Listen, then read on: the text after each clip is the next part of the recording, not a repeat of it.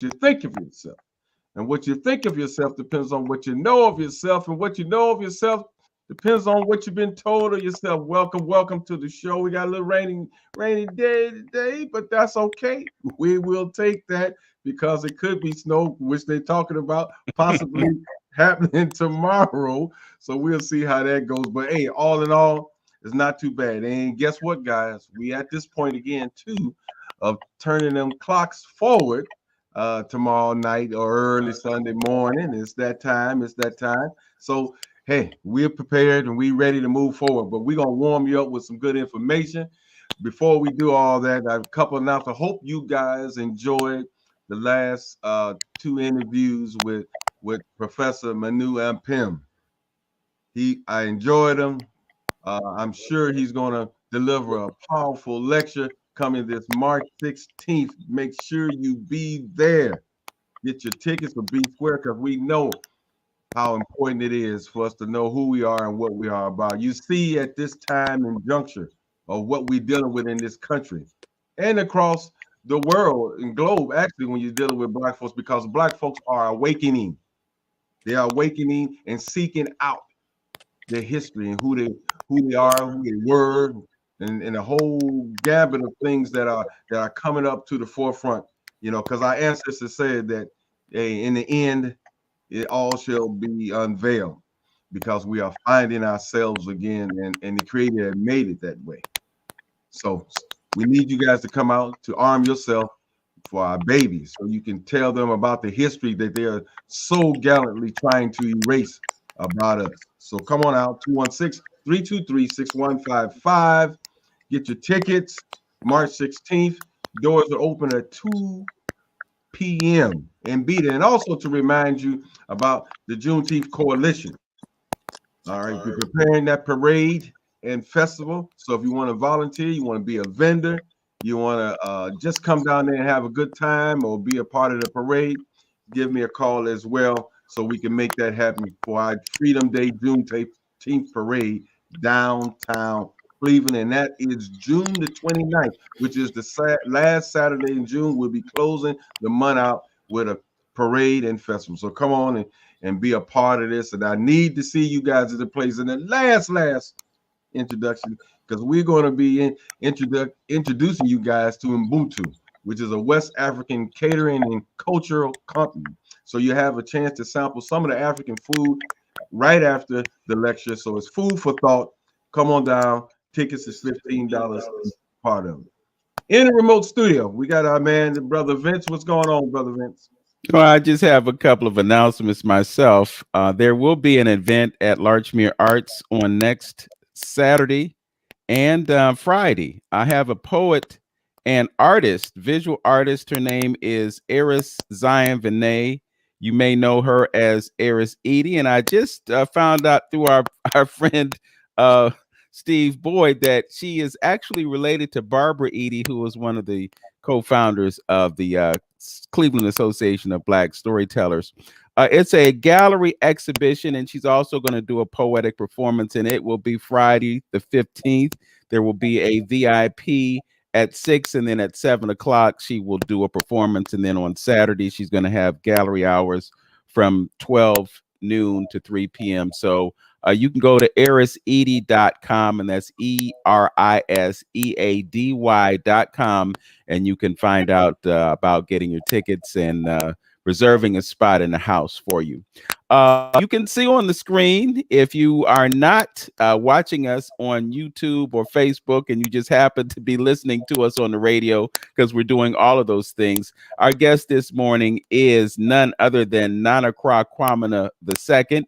You may also know him as Dr. David Whitaker. He's a career educator, cultural advocate, and African chief. He holds doctoral degrees in educational psychology and law. He's a national elder for African Genesis, and he served as Tufohen, the legal advisor for Nana Kojo Aduakwa V, the chief of Atonkwa Elmina, Ghana, since 2004.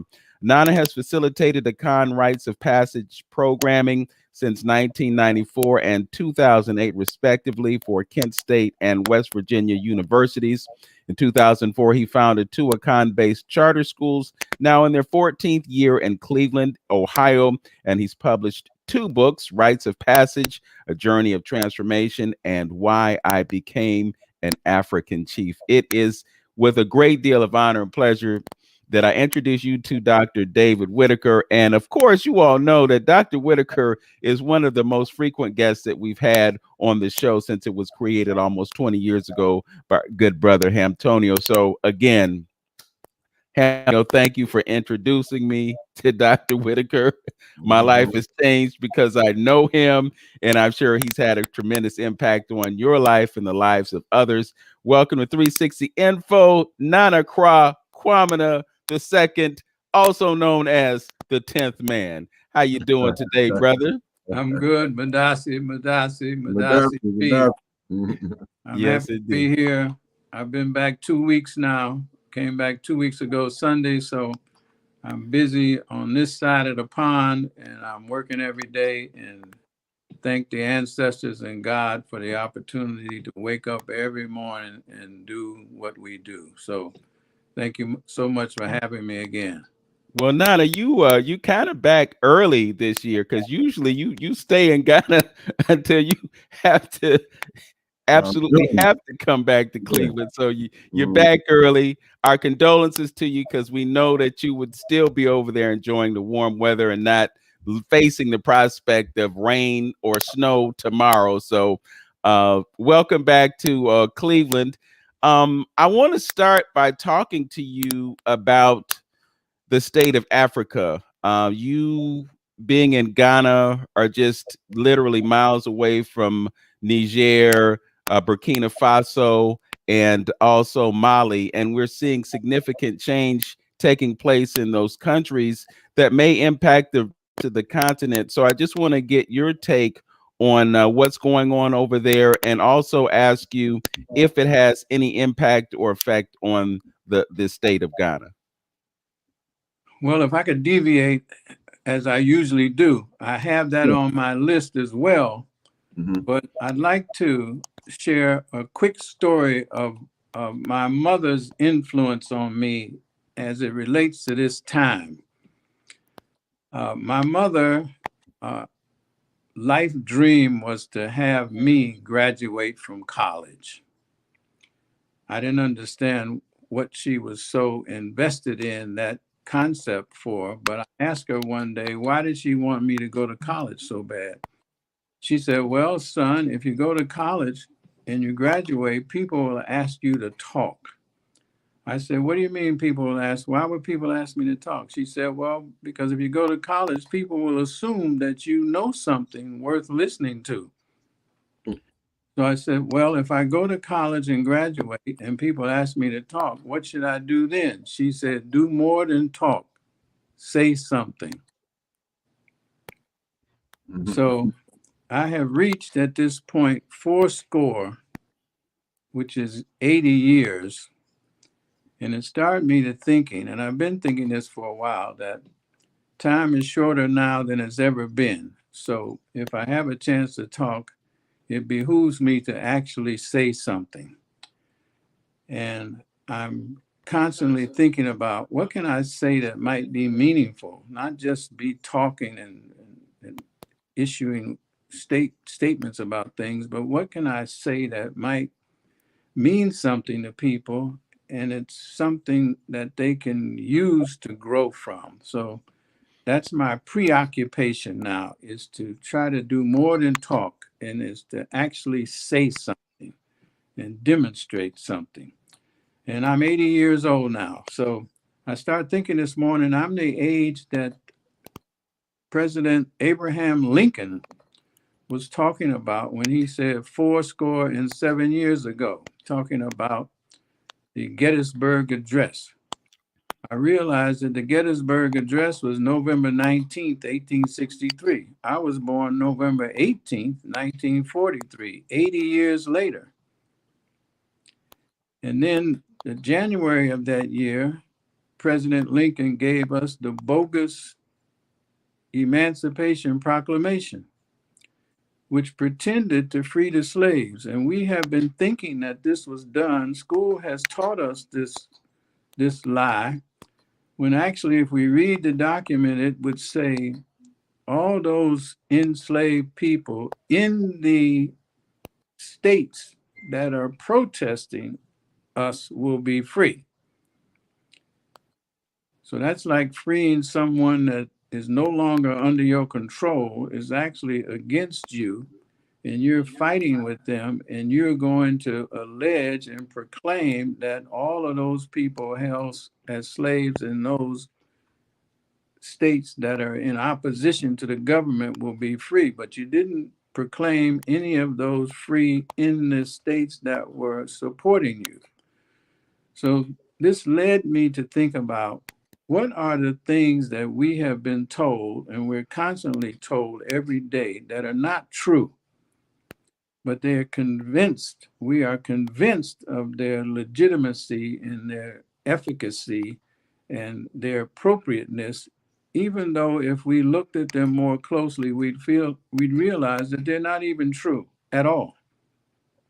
So now I'd like to segue to the question that you asked me, because I've been in Ghana now for 20 years. It's my 20th year as a chief. I started visiting Ghana in 1992. 2004, I was installed and installed as Tufahin, as you have mentioned, and that time is now reached 20 years later. There's two things that I'd like to mention that I consider very profound and worth knowing. The African continent is basically a neo-colonial collection of 53 countries. Ethiopia was never colonized, and Liberia was never colonized. But all the other states, all the other nations were colonized. And today, if we look at them, all 53 of them have legacies of colonialism that they're operating with or around or through every day. Ghana's no exception. So I want people to understand that colonialism had three main objectives. One was military occupation, which Kwame Nkrumah eliminated in 1957 with the liberation of Ghana. But that was only the liberation from the military occupation. And by the 1960s, this cascaded into a domino effect, and the entire African continent was liberated. That liberation should be in quotes, because what they did was to achieve the removal of the military occupation of their land space. The other two elements of colonialism were, one, to set up an infrastructure that would allow and permit and facilitate the cultural imperialism that would turn those lands and people into their subjects, which would work to advance the interests of the colonial powers. The third objective was to provide the mechanism for the continuous flow of minerals and resources out of those countries to the colonial ruling nations. So even though the independence was achieved in 57 and 1960, and now they've all established independence, what's been achieved is the removal of the military occupation. But the other two elements are still operating today. The infrastructures that were put in the form of religious institutions, educational institutions, financial institutions, legal institutions, all of the courts still wear the British wigs and the wigs that were worn by the colonizers. So all of this infrastructure is still there in 53 African nations. And those institutions have created a continuous revolving door of leadership that has facilitated the removal of the minerals and resources and valuable assets of the countries to the former colonizing powers. So this neo-colonialism, fueled by this cultural imperialism, is what we are dealing with today and have been dealing with ever since the Berlin Conference that triggered the colonial wars, the ultimate seizure of the land space and the people, the cultural imperialism that has produced the countries that we have today. And we've had resistance and resistance leaders challenging these things all along.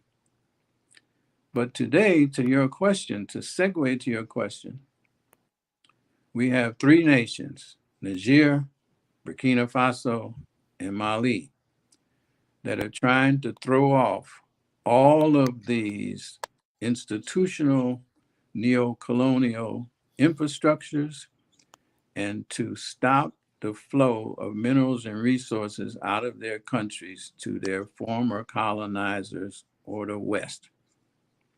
That is being met with some confusion, shock, and awe, dismay on the part of the West. These three countries were part of the French colonial empire, which include 14 African nations. These three are in the Sahel. They are contiguous to each other. Burkina Faso is just the northern neighbor to Ghana, and Niger is on the east, and Mali is on the west. So they represent a considerable land space. Niger is strategically located as it relates to Ukraine and Russia conflict. And so these three military leaders have taken over control and ousted the political puppets of the colonials and the Western nations. And they have seized control of these countries. These are our modern day, our contemporary heroes right now. If we want to compare, this is like Malcolm X taking over, Harriet Tubman taking over, Yaa Santewa has taken control of this land space, and we should be, in my opinion, following them closely, cheering them on, doing what we can, because France, as most people don't know, but those of us that are following these things are aware, France is probably the most evil of all colonial rulers. During the 60s, when France was considering independence for its colonial ruled territories, which is 14 countries, they offered them the opportunity to end colonialism by signing an agreement called the Pact for the Continuation of Colonialism. And this pact, if you signed it, would allow you to receive your independence from colonialism. But you had to sign an agreement that the name of the agreement was the continuation of colonialism. So you had to sign an agreement to be free from colonialism that on its face and by its name said you were signing an agreement for the continuation of colonialism. So what did France in this pact require? It required first that your language would be French. Second, your military would be French. Third, your money would be produced by France. Fourth, anything discovered on your land, France would have the first right of refusal to develop it, mine it, and profit from it. Fifth, and most egregious, you would have to send 85% of your money to France to be deposited in the French bank. If you wanted some of your own money that was on deposit, you'd have to borrow it from France at reasonable interest rates. France would not have to report to you what they did with your money. They could use your money in the stock market or whatever investments they wanted. They didn't have to account to you what they were doing. So this arrangement, which has been going on since the 60s, between France and 14 African nations enabled France to receive about $600 billion a year from these countries collectively. Currently, these three nations, Niger, Burkina Faso, and Mali, have said no more to that. They have put the French out. They are talking about printing their own money. They are taking control of their own resources. They are saying we will be independent, not just in the freedom from your military being on our land space and in your occupation, but we are going to start the arduous journey along the path of full, complete freedom and sovereignty. We need to know also that there have been several attempts on the lives of these people, that they have thwarted the assassination attempts, that somebody wants this arrangement to return to the good old days. But they have thwarted those attempts. They have joined together in alliance of the Sahel nations. They have pledged to defend each other. Any attack on one of them will be considered an attack on all.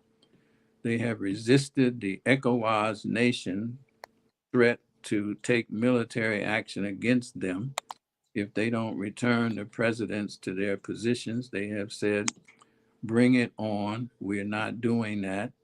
And they have made alliances with China and Russia to reinforce and help advance their countries. So depending upon what happens there, I'm praying and hoping that the ancestors will guide these efforts, support them, because it will create the next major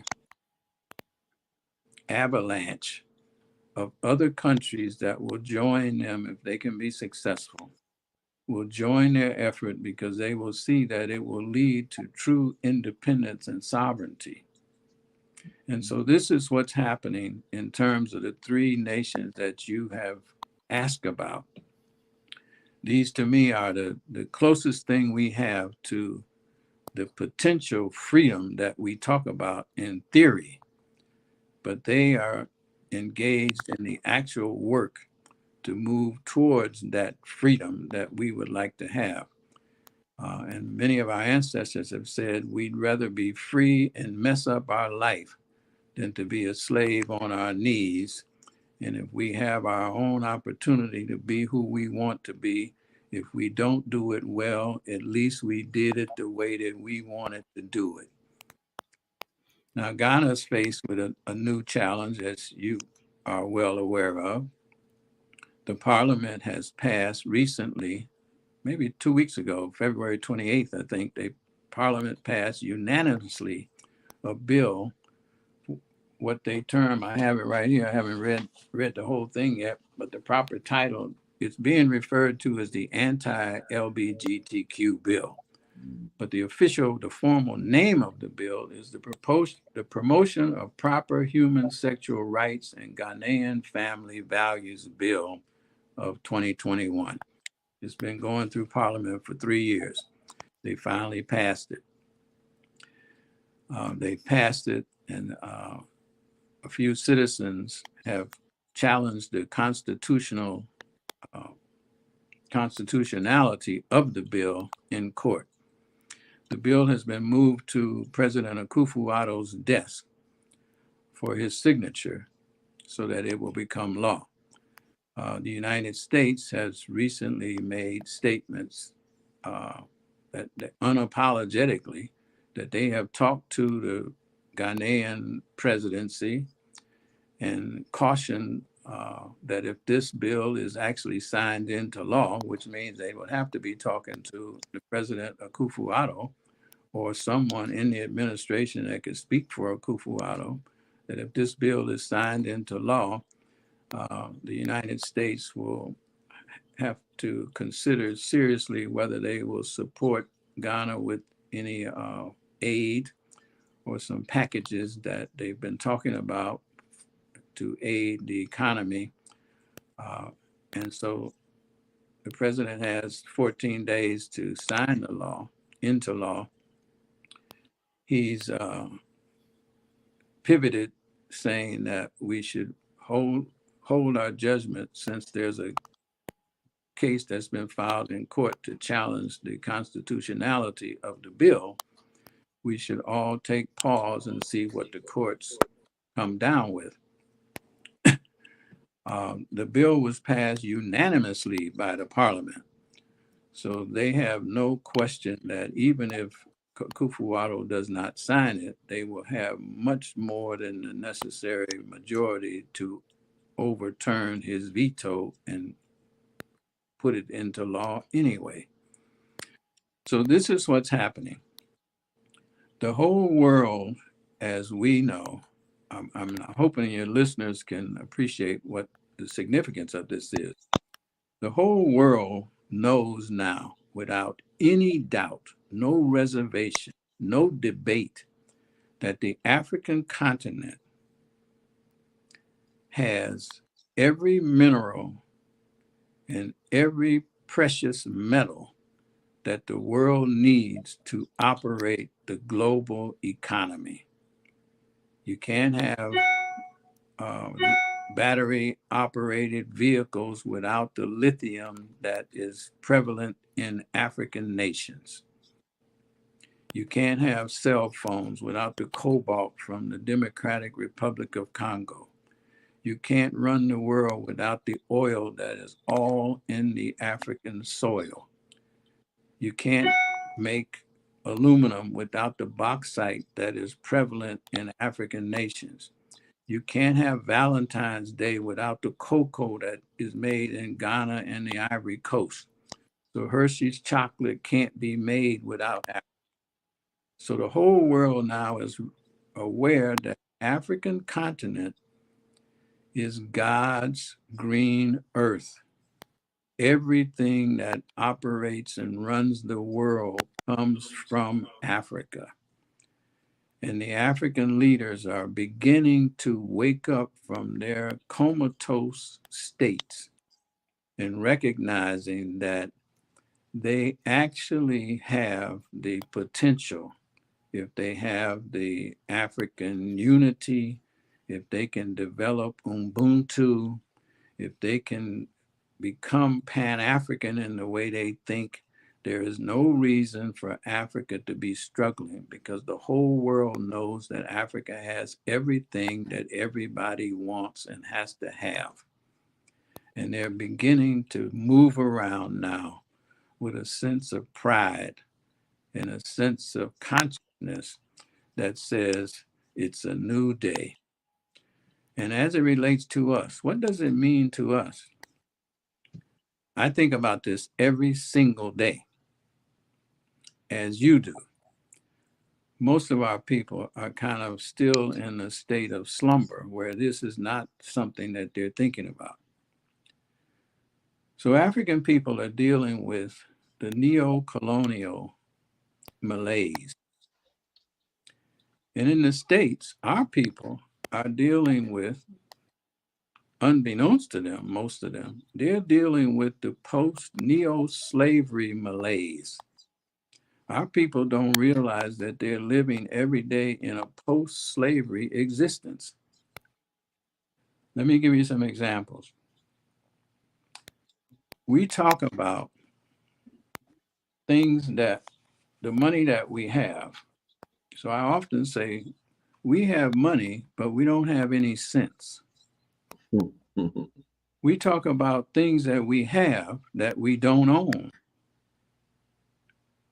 We talk about things that we do that we don't have skills to achieve.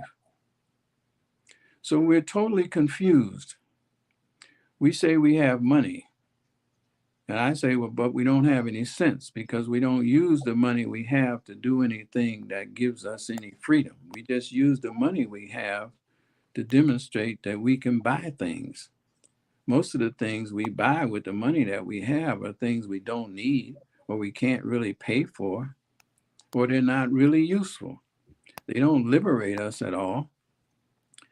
Second, we say we have things. But people get upset with me when they come to Ghana, and I say, you know, the Ghanaian people as little as they have, their bottom line is positive and your bottom line is negative. They say, well, why, how could you say that? I say, well, the house that they have, as small as it might be, they own it outright. The house that you have, you rent or you lease. The car that they have, that they drive, is not brand new like the one that you lease, but you don't own the car that you lease. You say you get things done, but you can't get anything done. You don't have skills. If they say they get something done, they can say, I can build a house. They can actually build a house. You can't build a house. You can rent a house. You can lease a house. Everything you have is on credit. Everything they have is cash. They own it. So even if it's meager, it's theirs.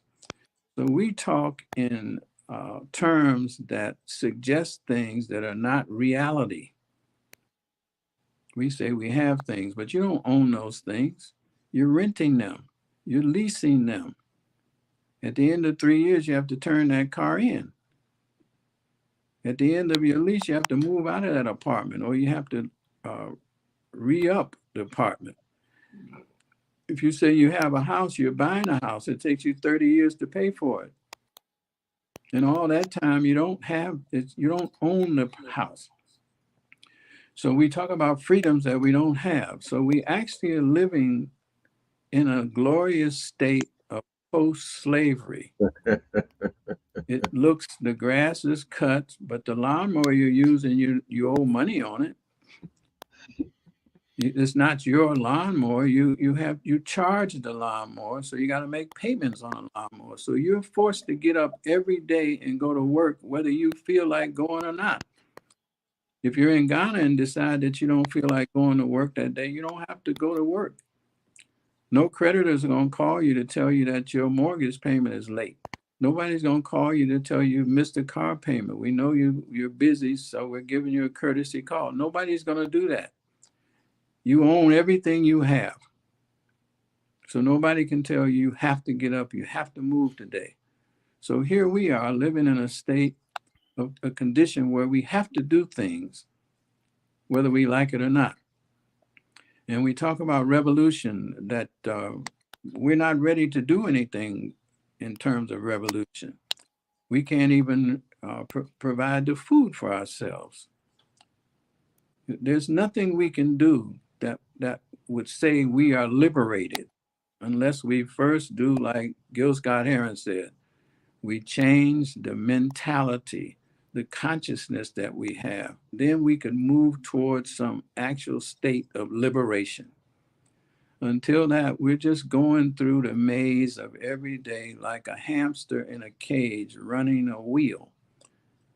And at the end of the day, if all we can do is decide to stop running and go rest. But the next day, we have to get up and start running again because we're not in control of ourselves. So we're still operating like slaves. We're not in control of our time, our thoughts, our actions are all dictated by a system that we feel proud about because we've moved to the suburb or we've moved to a gated community. But the gated community is like a cell that you live in. And everything you do when you leave that community is to go out and run around all day to try to get enough money to sustain your life inside that community. So you're like in a cage. And we haven't figured this out. We haven't figured out that we can't get reparations, but everybody else did. So you're not free. You're not considered equal to people that got reparations. Even the people that owned you got reparations. When they said you were free, they got reparations for the loss of you. But we still can't get this. So if we can't get things done, how do we say we getting things done? We have to see tangible evidence of freedom, not just talking about being free. We have to see tangible evidence that we're free, free to make a decision, free to move, free to come and go, free to think. So until we get to that point, and we have to move to that point by first recognizing that we don't have Absolutely. things that we say we have. And if we do have them their own loan, if you do have them they're leased, if you do have them they're borrowed, so that it's not something that you have that you can say, I got this. That's one of our phrases. I got this. I got this. So what do we got? We've got talk. We've got talk about what it is we got. We don't actually have the thing that we're talking about. We're just euphemistically describing it as something that we have. We don't have it. We have conversation about it. And so we have to get past Looks the like he froze conversation. up a little bit there. Oh, am I back? Yes, you good. Go ahead. Yeah. So we have to get past the Well, conversation, the dead rhetoric. air is the enemy of terrestrial radio. Those who are watching us online might be okay. Here we Okay. go. So that's my take. I could go into detail about the dynamics that are taking place in Niger and Burkina Faso and Mali too. But it may take more time than we have available. So let me stop there. That's what I wanted to touch on. Those are my notes. I figure I'm 80 years old. If I got another good 20 years, I can still do some good work. So I'm praying that I get 20 more years and good work will be done. And I'm trying to step up my game, accelerate efficiency, work hard every day. And I would suggest, I know you're working hard every day because we're talking every day. So you're on it every day. So I'm encouraging the rest of our people to get busy. Stop just talking about something. Get busy. Put your focus on something that's going to make a difference. And if you don't know how to make a difference, ask somebody that you know that appears to be working in that direction and follow directions. Don't pretend like you know things that you don't know. Don't pretend like you can do something that you've never done and you can't do. But because there's people doing the things that we're talking about. Anybody that's wanting to do something, there's somebody that's already doing it. So look for the people that are doing the thing that you would like to do. See if they will help you do it. Most of the people that are doing things and they're in their right minds know that they cannot get things done all by themselves. So they would be happy to help you if you're not arrogant enough to think that you already got it going on. Because if you got it going on, there would be evidence of it. If there's no evidence, if there's no tangible evidence of it, it's like your imagination. You're hallucinating. If there's no evidence, you're hallucinating. Well, just a couple of things, Nana. I'm just remembering being in Kamasi and looking up and seeing the funeral notice for someone who was 120 years old. So Right. I want to give you another 40 instead of another 20. I'll You're take it. 80. You I'll don't take look 80. You don't act 80. In certain ways, the wisdom Don't move like he's 80. but you don't move like you're 80. So we want to give you another 40, brother. I'll give Um, another 40 will make it even better. yes, plus you got the 99-year lease, so you Got got a plenty of 99-year lease, and You you much got as you can. Huh? you got a 99-year lease too. yeah. So I just wanted to unpack a few things that you mentioned because when you talked about the French and the impact that they had on the countries that they were connected to as a result of neocolonialism, it just came to my mind that money has been the thing that the countries have been beholden to. You have that situation, then you have the IMF. Countries get in trouble. They come to the IMF, they borrow money. When they borrow money, the strings are attached, and that basically is a perpetuation of the slavery. But I just want to get to where we should, as African Americans, Africans who have been born and lived in America, we kind of are spectators in a certain sense. Most of us, I'm going to say most, because I know that we watch the news, but they don't show everything that we need to know in the news. We don't even have a clue about what's going on in Burkina Faso and Niger and Mali. We don't have a clue about what's going on in the United States. When you talked about money, we're in the process of something called the Great Reset that has been redefined as the Great Takeaway. So they're resetting things right now.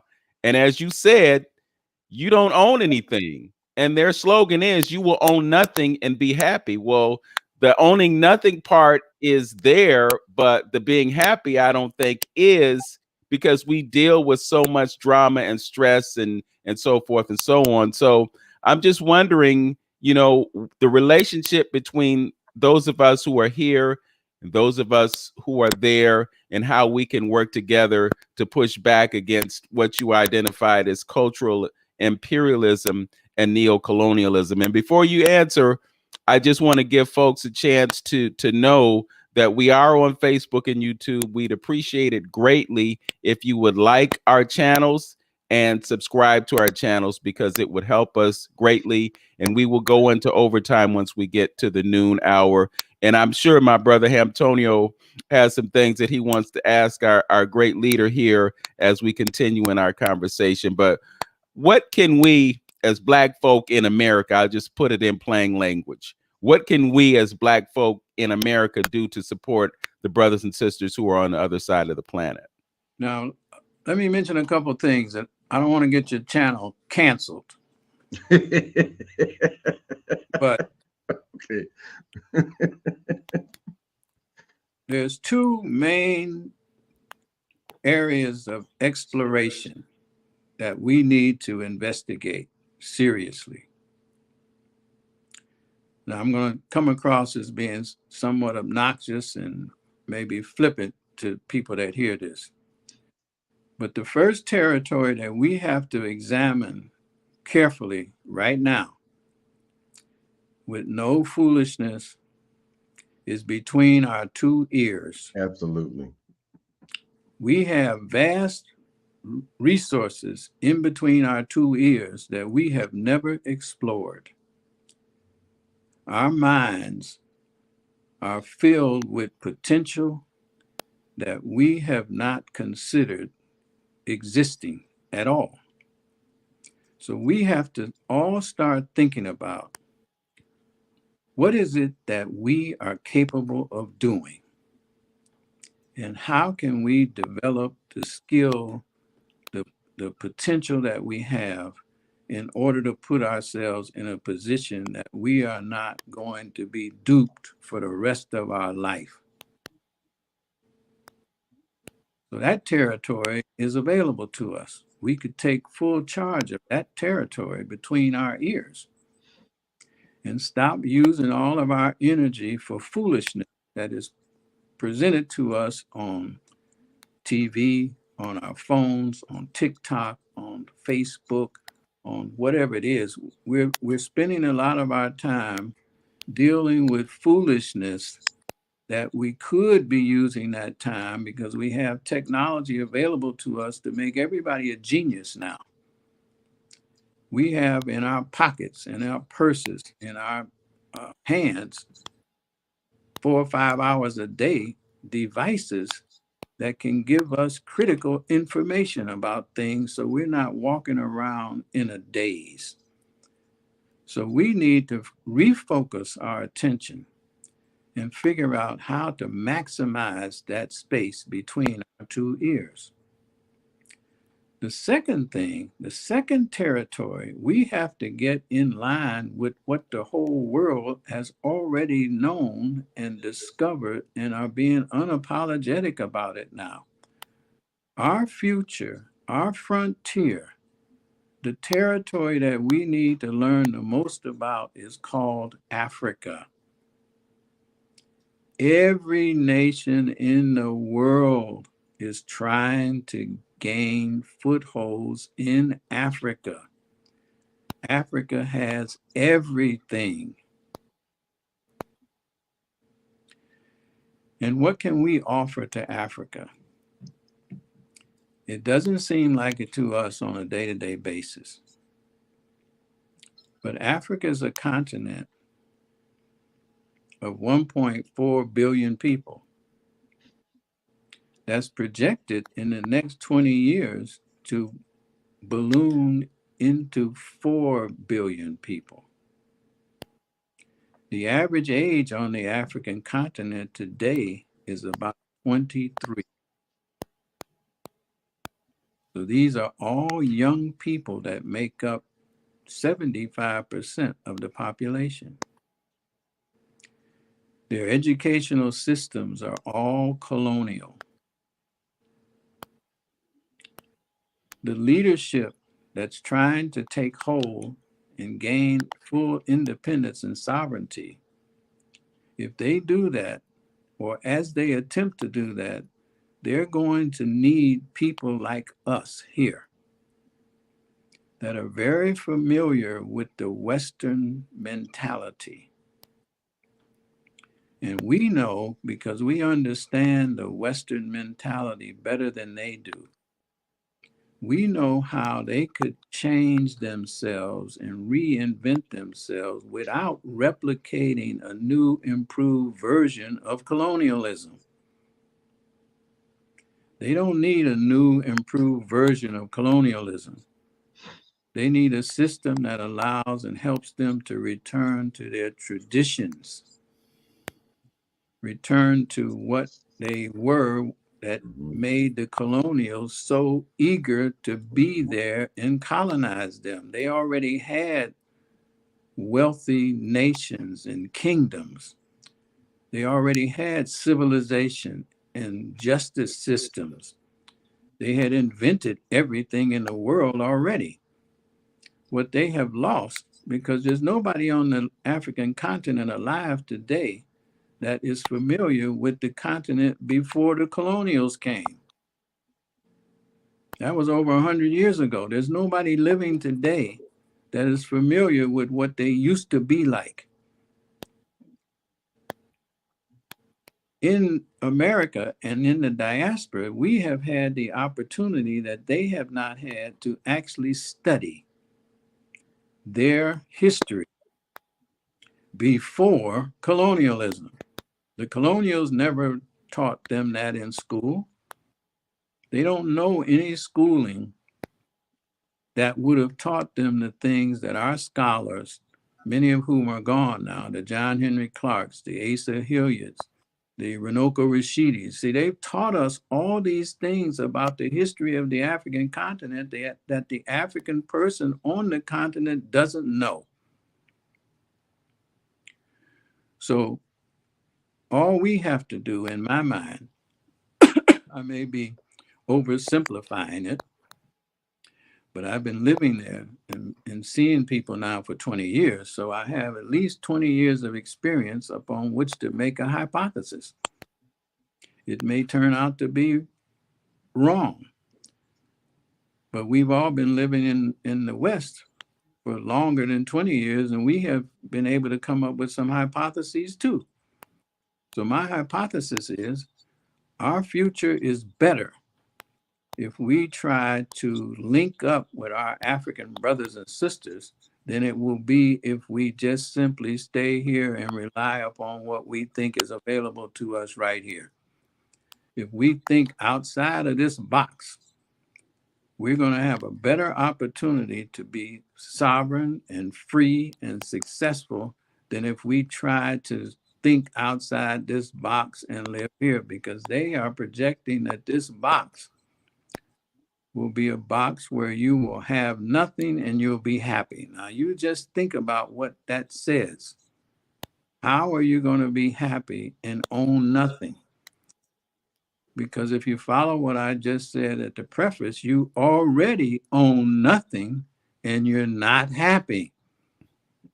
So, what's going to convert you into the person that owns nothing and you're going to be happy? You already own nothing and you're not happy.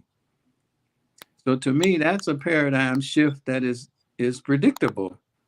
It's misery. But that's the plan.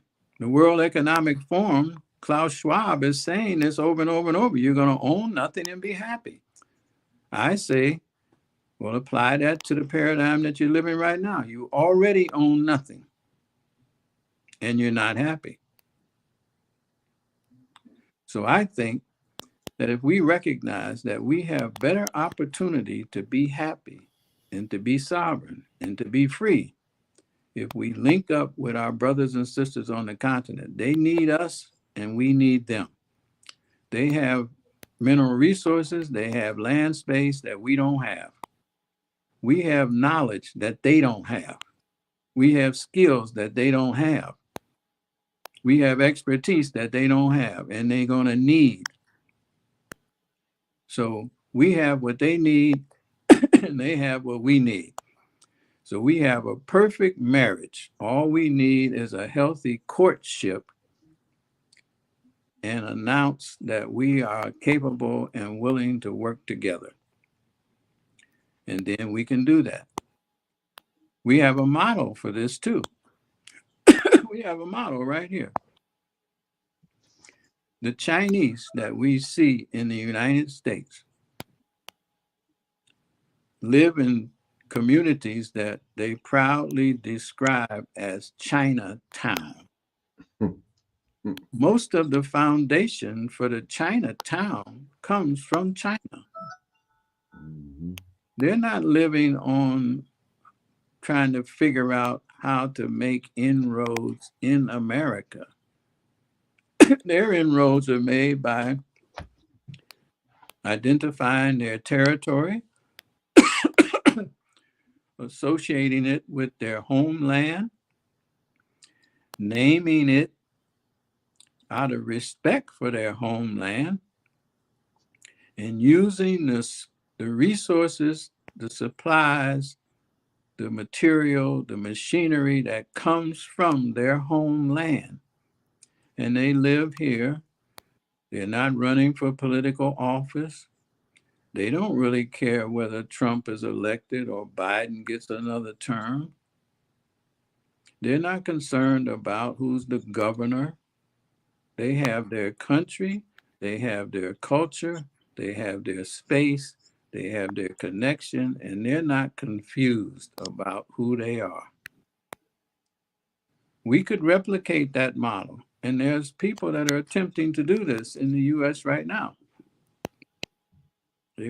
Our group has purchased land in Georgia, and they're going to try to work it as a community. We could do something here called Ubuntu. There's enough of us that talk about unity, but we don't do anything that reflects the unity that we talk about. It's a recommendation. We're often citing recommendations that if we just come together, if we just get together, if we just pool this, if we just do that, that's all hypotheticals. That's if. But when it comes to actually doing it, everybody wants to be the chief. Nobody wants to follow. Everybody's got different ideas about the same one thing. And we can't get off of square one because nobody has the trust and confidence that the person's going to be true to their word. We're going to follow through. We're going to do these things. So we continue to tell ourselves that all we have to do is A, B, C, but we don't do A, we don't do B, and we don't do C. And we go back to living and pretending like the dependency in the slave existence that we live is better than other people in other places. So we can do these things. As you know, we are already engaged in a project that's based on this simple concept that Antonio is talking about. It's just Ubuntu. Here's the things we're going to do. We're going to each do the part that we say we're going to do, and we're going to see what happens. And we're in the process of seeing what happens. It's as simple as 1, 2, 3. Just do the things. So, right. So that's what we should do. And anything short of that is, to me, is an illusion, or it's a delusion. Okay. So you mentioned Ubuntu, and Brother Antonio revealed to us that he's got a project related to food and Ubuntu. It's an event that's going to take place next Saturday. So, Brother Lynn, give us the details on that, and then we'll segue over to YouTube and Facebook. Yes. Well, come on down, guys. You get a chance to again to meet and greet. Brother Whitaker should be there as well, along with my new Pim, and we're going to be introducing to the community Ubuntu, a West African catering and cultural company. All right, so come on out and get your taste test in on some African food, and let's meet and greet Brother Whitaker and Brother Manu Pim. And, we got to keep this and chug this forward. So give me a call, 216-323-6155, 216-323-6155. That's at 2450 Prospect. That's at Wings Academy, Dr. Whitaker School, Wings Academy. Doors are open at 2 o'clock. Come on down, get your tickets. Tickets are 15, 20 at the door, or call me to get on the list. Yes. And, it's not a small thing that this is going to be at Wings Academy. This is huge. Right. And I've been there. It's a beautiful school. It's a school that the Cleveland population of Black students should be in, because they ain't getting what they get at Wings Academy and them other classrooms. But I'm going to leave that alone. We will talk about it there. Yeah, we'll talk about it. Also want to remind you about the event that will take place at Larchmere Arts, and that will be on next Saturday and Friday. Friday evening is going to be the gallery reveal and the performance by Eris Edie. And for more information about that, you can go to eriseady.com. That's ERISEADY.com. And you can find out how much it will cost to get in and what you'll be entitled to if you get in at this package or that package. It'll be all good.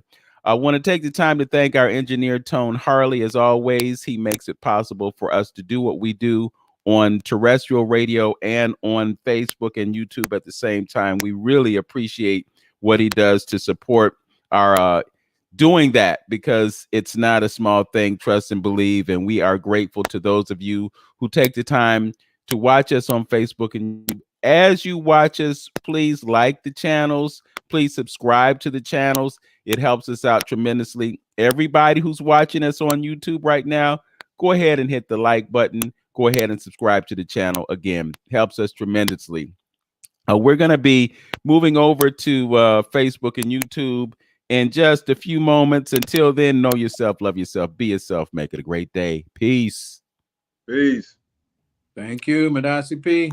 All right. So now we are live on Facebook and YouTube. Our guest is Nana Kwamina II, also known as Dr. David Whitaker.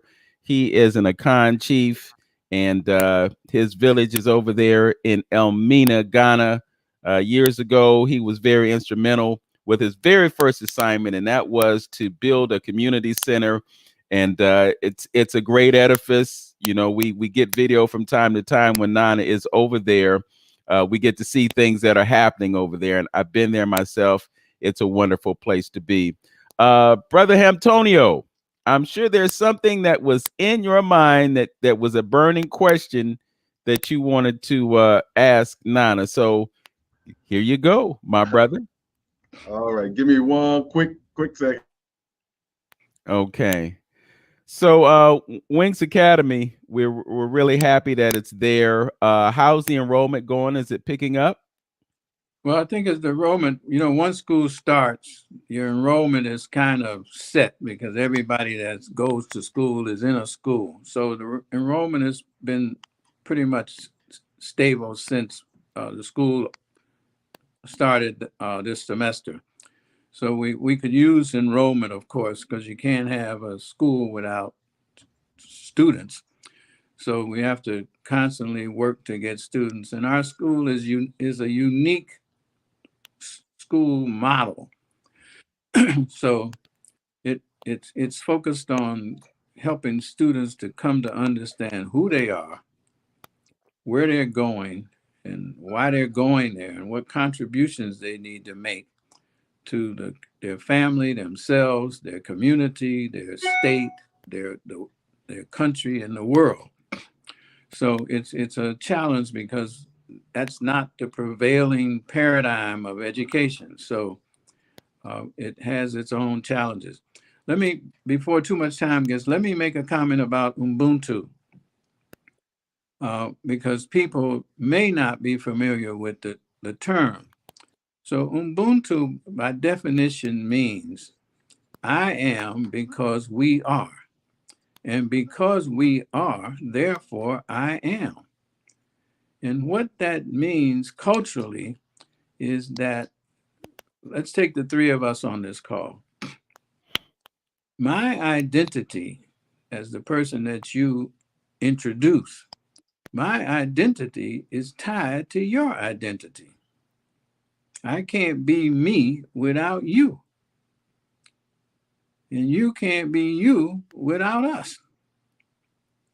So we are intertwined in this identity. Our work together allows me to be somebody.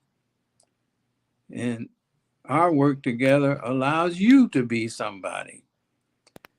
And so if we think like that and we understand that concept, you called me or texted me yesterday, Yao, and said, would I be available for the show today? And I said, of course, because there's nothing you could ask me to do. There's nothing that Hamtonio could ask me to do. And the answer would be no. That's not possible, because your success at what you're doing is my success. The success that you get from whatever you do is also my success. So your growth is my growth. My growth is your growth. So no matter what I would ask you to do, or you would ask me to do, or Hamtonio would ask us to do, the answer will never be no unless we're incapable. As long as I'm breathing and I'm capable, how could I say no, I won't do something that you're asking me to do? Because I am you and you are me. The same is true in Ghana with Nana Aduakwa. There's nothing that Nana could ask me to do that I would say no. But I also know there's nothing I would ask him to do that he would say no. Because we are brothers. And his success is my success, and his growth is my growth. So we get the benefit of assisting each other from what we do individually.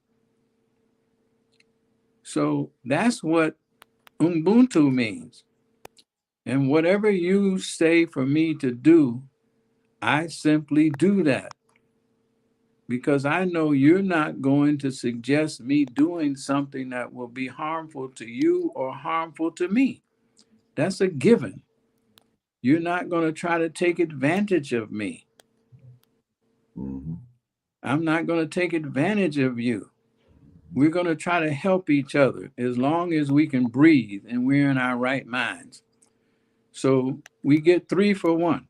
Anything I do, if I ask you and I ask Antonio, is 3 for 1. Antonio said, I'd like to do something at your school. Is that possible? Of course it's possible. Because it's my school, but it's your school too. So the answer is, if you have Ubuntu, you know that unless my health prevents it, the answer to any request that we have of each other is going to be yes. Just tell me what I need to do. That's Ubuntu. Yes. If you have that, you're going to have success in whatever you're going to try to do, because you have all hands on deck all the time. Just tell me what I have to do. Just tell me what I have to do. I don't have to be the leader. I don't have to be in charge of that. You're running that. I'm just helping. So it's revolving democracy too. It's revolving leadership. You say you'd like me to be the guest on this show, not the moderator for the panel. I'm the guest. I know what it means to be a guest. You shut up, you get a question, you try to answer the question. You're not talking to the engineer. You're not permitting people to come on and go off. You're a guest. So you act like a guest. On other occasions, I'm not the guest. You're the guest. That's Ubuntu. Stay in your lane, follow directions, do what you can do, and the thing will work out. And everybody shines. At the end of the day, everybody shines because everybody has the capacity to do things. Just do you, shut up when it's not time for you to talk, lead when it's time for you to lead, and everybody grows. Everybody wins. And all the people that we know that we consider our friends, they're all like that because we wouldn't have them as friends. We wouldn't consider them friends if they weren't like that. So it's a big Ubuntu community. That's what we need. We trust each other. We have experience with each other. We depend on each other. We rely on each other. We share our skills with each other. That's what we do. So if you have that, there's nothing to worry about. There's outside forces and factors operating all the time, but we know we can deal with those because we have a big collective of people. Mm-hmm. You got expertise. You got people that we know if our health is bad, we got people we can talk to. Say, and give me the straight story on it. Don't BS me. Don't pretend because I know you're not going to do that. I want the true thing. And so we know we can call each other and say, well, look, I heard what you're doing, such and such. I don't think you should do that. And nobody's going to say, mind your own business. You ain't in this. Nobody's going to say that. They're going to say, well, what do you think I should do? What do you notice that I don't see? Mm-hmm. We are advisors to each other. So I wouldn't do it like that. I've tried it that way. It didn't work for me. And I don't think about it, but I think that here's a suggestion. We are advisors and counselors to each other. We take turns leading. We take turns following. We don't need to know everything about what the plan is. We just do what we're told. We assume that you've thought it through, you're thinking about it, you're trying to do it, and we're going to try to help it succeed. And if it doesn't work, we're going to come together and we're going to try another approach. That's all we're going to do. Our ancestors have done that for eons. They have shown us the models. You keep working at it. If one step, if one direction, if one plan doesn't work, you modify it and keep it going. You don't complain. You don't say, well, we ain't gonna talk to each other no more because you had an idea, it didn't work out, cost me money, blah, blah, blah, blah, blah. We don't say that. We say, well, we had good intentions. Our heart was in the right place. Our plan was flawed.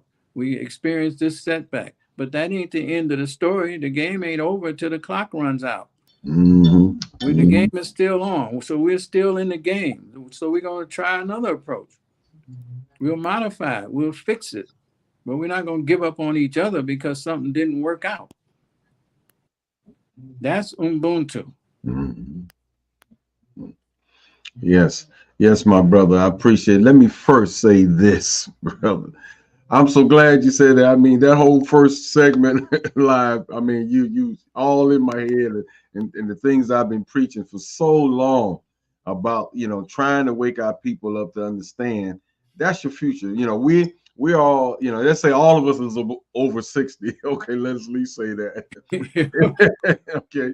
And by saying that, it becomes to a point in your life that you start pioneering or you start looking what legacy you're going to leave back for those who pick up the baton that's coming after you. So I'm coming into that age of, okay, I see where my position is right now, and where I'm going.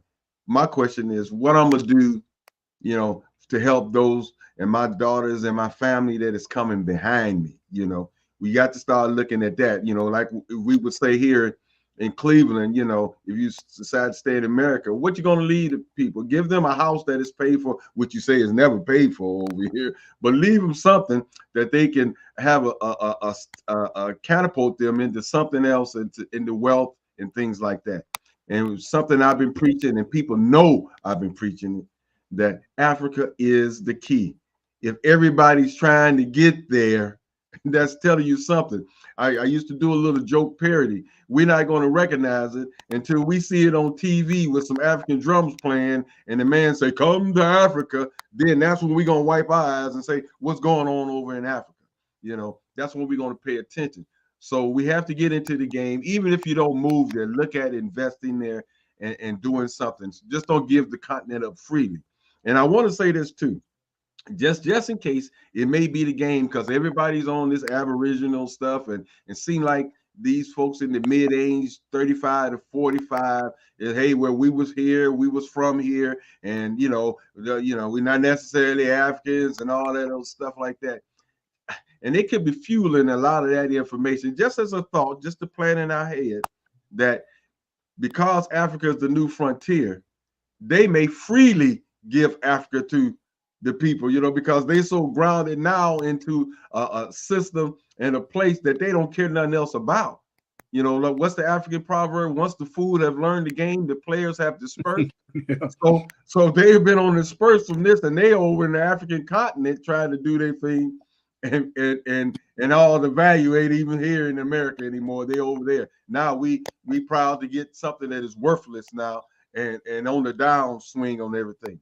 So, Doc, what I want you to speak on real quick, and I've said on panelists, and you said, and you said it, you hit it the nail right on the head about the mindset. If we don't change that, we having problems. A lot of us, our work is futile, and we just going in circles on that hamster wheel. I remember having a conversation with you when you was talking about some of your teachings in school, as far as your psychology work in school. Could you briefly touch on, and I think we can relate our state of mind to that, on how they paired you up with the bird, and the psychology that you had to work with the bird, and experimentation with that. I know exactly what you're talking about. Okay. You're talking about conditioning. Yes. Most of what we've learned is been learned through programming and conditioning.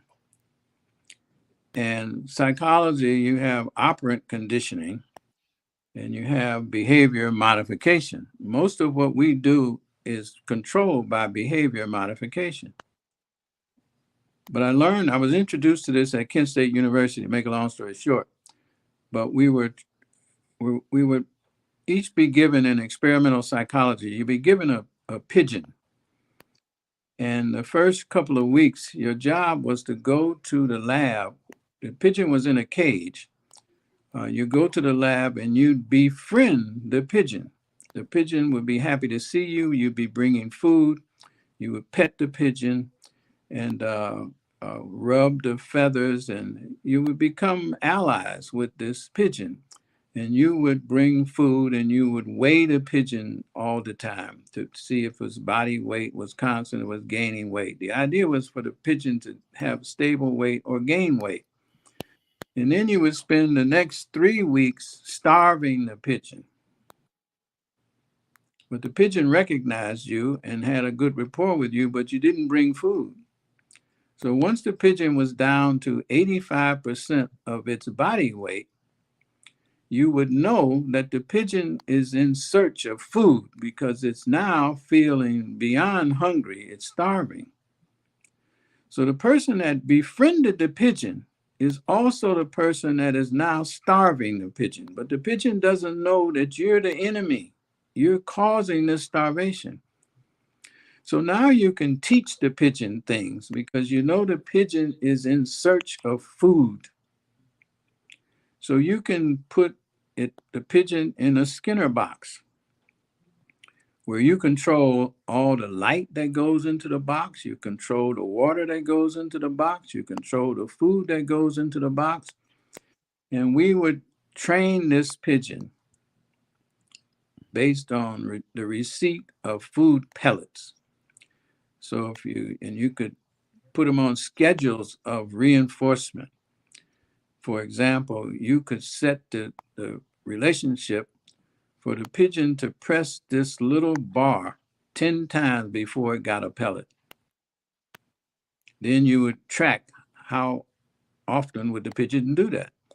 So the pigeon, once it figured out it would take 10 presses of this bar to get a pellet, it would start pressing that bar very fast, constantly, until it got satisfied with the amount of food. Then you could set it so the pigeon would have to press the bar 50 times to get the pellet. So this would be called continuous reinforcement. Then you would evaluate how long would that behavior last. So if you have continuous reinforcement, you realize that as soon as the pigeon pressed that thing 10 times, there's no food, press it 10 times, there's no food, it'll stop pressing it. So then you go to a different schedule of reinforcement, which you call variable schedules of reinforcement. So first you press 3 times, then you have to press 5 times, then you have to press 10 times, then you have to press 15 times, then you have to press 2 times. So now it's harder for the pigeon to figure out what the sequence is, so it keeps pressing longer because it's variable. Then you can vary the time and the frequency. So if you think about this, this is what goes on in Las Vegas with slot machines. The behavior is constant because you don't know when it's going to pay off. You don't know how much time you got to play the slot machine before you hit. So you'll play longer and longer and longer and keep spending more and more money. All this is based on behavior modification strategies and variable and different time sequences of reinforcement. So most of what we do in life today is based on these principles of behavior modification. There's people that are driving cars now that the first time they saw the car, they hated it. But after they saw 75 commercials showing this vehicle, they started to like it. But it's no different than the vehicle they saw at first that they didn't like. So much of what we are chasing, we're chasing because it's been put into our mind and we've been put on schedules of reinforcement. Social media is great for that. Everybody wants something to go viral, even though the thing is stupid. If it goes viral, it's an accomplishment, but it can be a stupid thing. So we have to realize that we're in an environment where almost everything is controlled. The food we get, we don't grow. We go to the grocery store to get it. If the truck doesn't bring it, it hasn't even dawned on us if there's a trucker strike, we won't have any food. We don't understand the connections between our life and the things that we need. If somebody hacks the electric company, we don't have lights, we won't have heat. We don't really know that consciously. We just assume that this is all set up so it works. It's a big Skinner box that we're living in, that we can't get out of it. And we think we're free, but we don't appreciate just the amount of controls on us, from traffic lights to jaywalking, to banks, to food, to television, to everything. Everything we do is being controlled. We just don't feel like it because something tells us that we're free. But if we think about just how much we operate under control of different things, it will cause us to reflect and reevaluate in our mind just how free we are and how free we're not. So that's the story of that's behavior modification. And so almost all of what goes on with us is based on principles of behavior modification. That's how Klaus Schwab actually knows that we can be convinced to have nothing and be happy, because they can make us feel happy. They can make us feel happy. They figured out how to do that. Right now, people with a phone, the happiest moment on a phone is just for a lot of people to see themselves in a selfie on TV. It looks like TV to them. They see themselves on a selfie and they're really happy. So we can't underestimate the capacity of Klaus Schwab to make us happy. We know they can make us happy. As a matter of fact, the whole United States education system for people like us was created in 1900. People think it's been going on a long time. It's been created in 1900.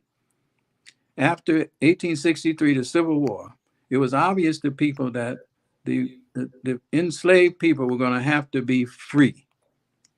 And so they figured that the best thing to do, what were you going to do with all these people? The best thing to do is give them formal education so that they would be able to function. But the debate in the General Education Board is what created this system of education. And the system had two objectives. And I want you to think about this when you think about what parents ask their children routinely. It had two objectives.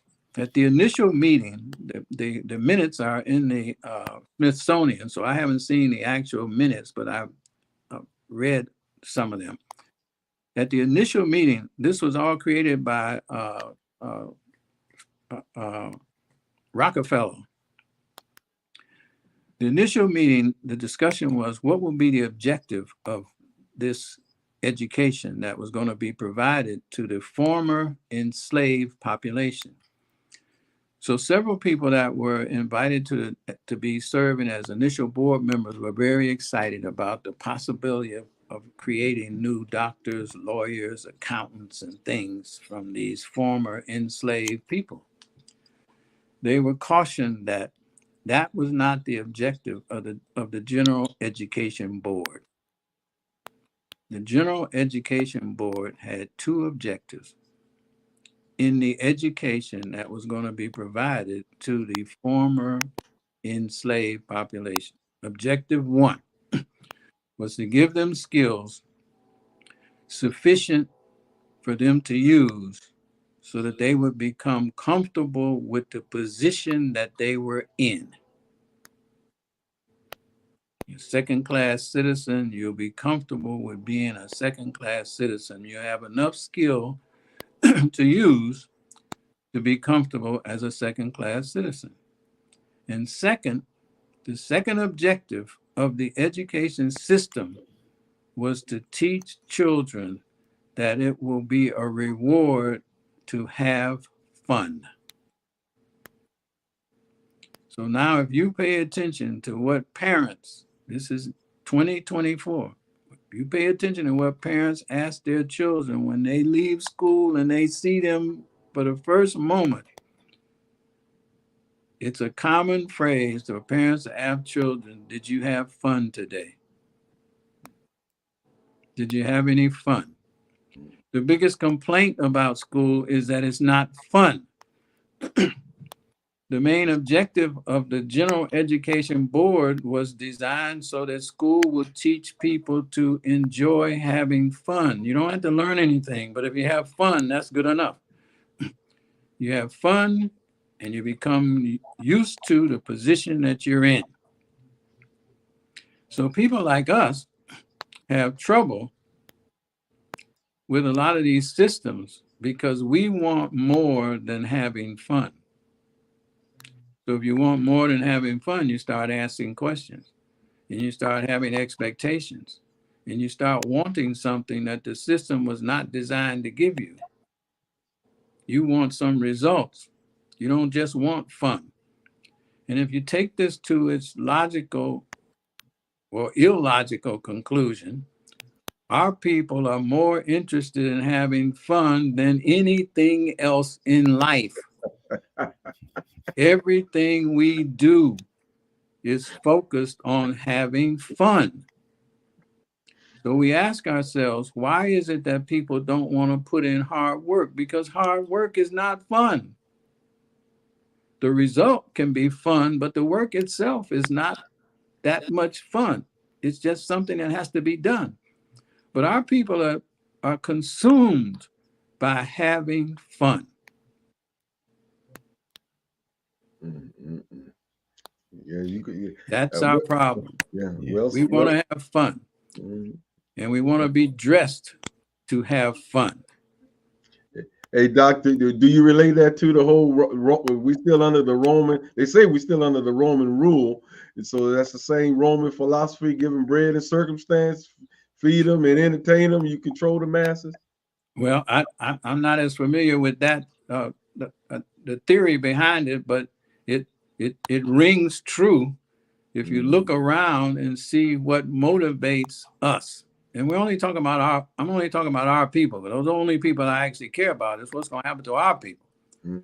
If you look around at us, we seem to be, the evidence seems to support that we are more interested in fun than we are in anything other than fun.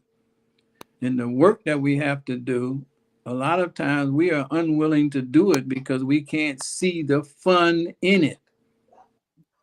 Yeah. We're looking for fun. Just looking at the education system in Japan and comparing it to what Rockefeller initiated here in America, the young people in their schooling system for the first, I don't know, maybe 6 or 7 years, they don't take tests, they don't get grades, so their indoctrination is really tied to their perspective on culture. Mhm. So the children clean the school every day. Right. The children take part in feeding themselves. That it's not the pressure, the competition that we have. It's really more about giving the children philosophy and understanding to help them be successful in life. I think there's also a parallel to the work that you've done. We mentioned the rites of passage programs that you've been connected with at Kent State University and West Virginia University. um it's such a critical thing for us to have a culturation that connects us to our identity. And we look at education here in America, it doesn't really connect us to our identity. When you look at what they're doing in education, they're doing everything that they can to push us away from any understanding of who we are so that we can be controlled and manipulated. So I think it might be appropriate just to point out the importance of having that cultural foundation that connects us to an identity that allows us to embrace the whole idea of Ubuntu. Well, you're touching on a major consideration. When you talk about Japan or China or India, see, there's a significant differentiation. Everybody in Japan is Japanese. Everybody in China is Chinese. Everybody in India is Indian. So, what is the objective of their education? The objective of their education is to strengthen and reinforce and prepare the next generation to further the culture that they live in. Mhm. So, so they do things in a way that they believe will help facilitate the perpetuation of their culture, the strengthening of their culture, and the advancement of their culture. So that's the bottom line in terms of the philosophy. So now most people won't want to hear this, but if we come to the diaspora, come to America, what is the purpose of the education system here? The purpose of the education system here is to strengthen and facilitate the control and management by the people that created the education system. The founders of the country are interested in perpetuating their strength, their control, and their continued rule. So, what was our purpose for being brought here? Was to work for them. So the purpose for they had education then. We weren't involved in it. Their education was to prepare their sons and daughters to continue their control and rule over the government. We were the workers. So once you got to the point where slavery was outlawed, So you're an ex, as Malcolm said, you're an ex-slave. So what is the purpose for you now in this structure? The purpose for you in this structure, according to the architects of the structure, is to work for us. You just won't be a slave, but you'll work for us. And the system belongs to us. The Constitution says it belongs to everybody, but its design was designed by specific people. It didn't belong to everybody. It didn't contemplate everybody, and it didn't include everybody. Not in the management. You were included as a worker of free labor. So once your labor is not free, you don't advance from a laborer to a manager. You're still a laborer. You're still part of labor, but in a different configuration. It's civil rights pushing and constantly pushing, which brings us almost full circle to what we're talking about. The civil rights movement and the perseverance of this African person is so phenomenal that it's almost unimaginable how you could survive the plantation life, how you could survive Jim Crow, how you could survive the KKK, how you could survive discrimination, and you're still here. So it's the pushing of the civil rights that has actually made the country look at us in a different category of not a slave on a plantation, not a menial worker, but it's our ancestors through their efforts that have forced the system to consider you almost as a person. And so you become you advance in the police department or law enforcement. I can advance at a university and be doing such and such and such and such. But now here's the challenge that we have that's fueling a lot of what's going on. People just don't know it. The democracy that was created here works very well so long as you are the majority, because it's majority rule. So as long as you have votes, you can make the system do whatever you like. I've often said that democracy works best when you are in the majority. When you're not in the majority, apartheid becomes its handmaiden brother or sister. So what do I mean, and how does that affect us today? Well, we live in the diaspora in America. We live in a nation that was designed to work best when the controlling group is the majority. Demographics are now suggesting, and the data suggests that that majority is no longer the majority. It's hanging on by small margins now, which means you can't just vote yourself in the way that you want things to be. So if you don't have the numbers to vote yourself in accordance with the democracy that you created, you now have to reconfigure that system so that you can still control that system, even though you're not in the majority. So all these machinations that are going on because the majority that has enjoyed the capacity to simply vote and prop up the pretense of a democracy is no longer going to be in a position to do that. The Hispanic population is growing too much.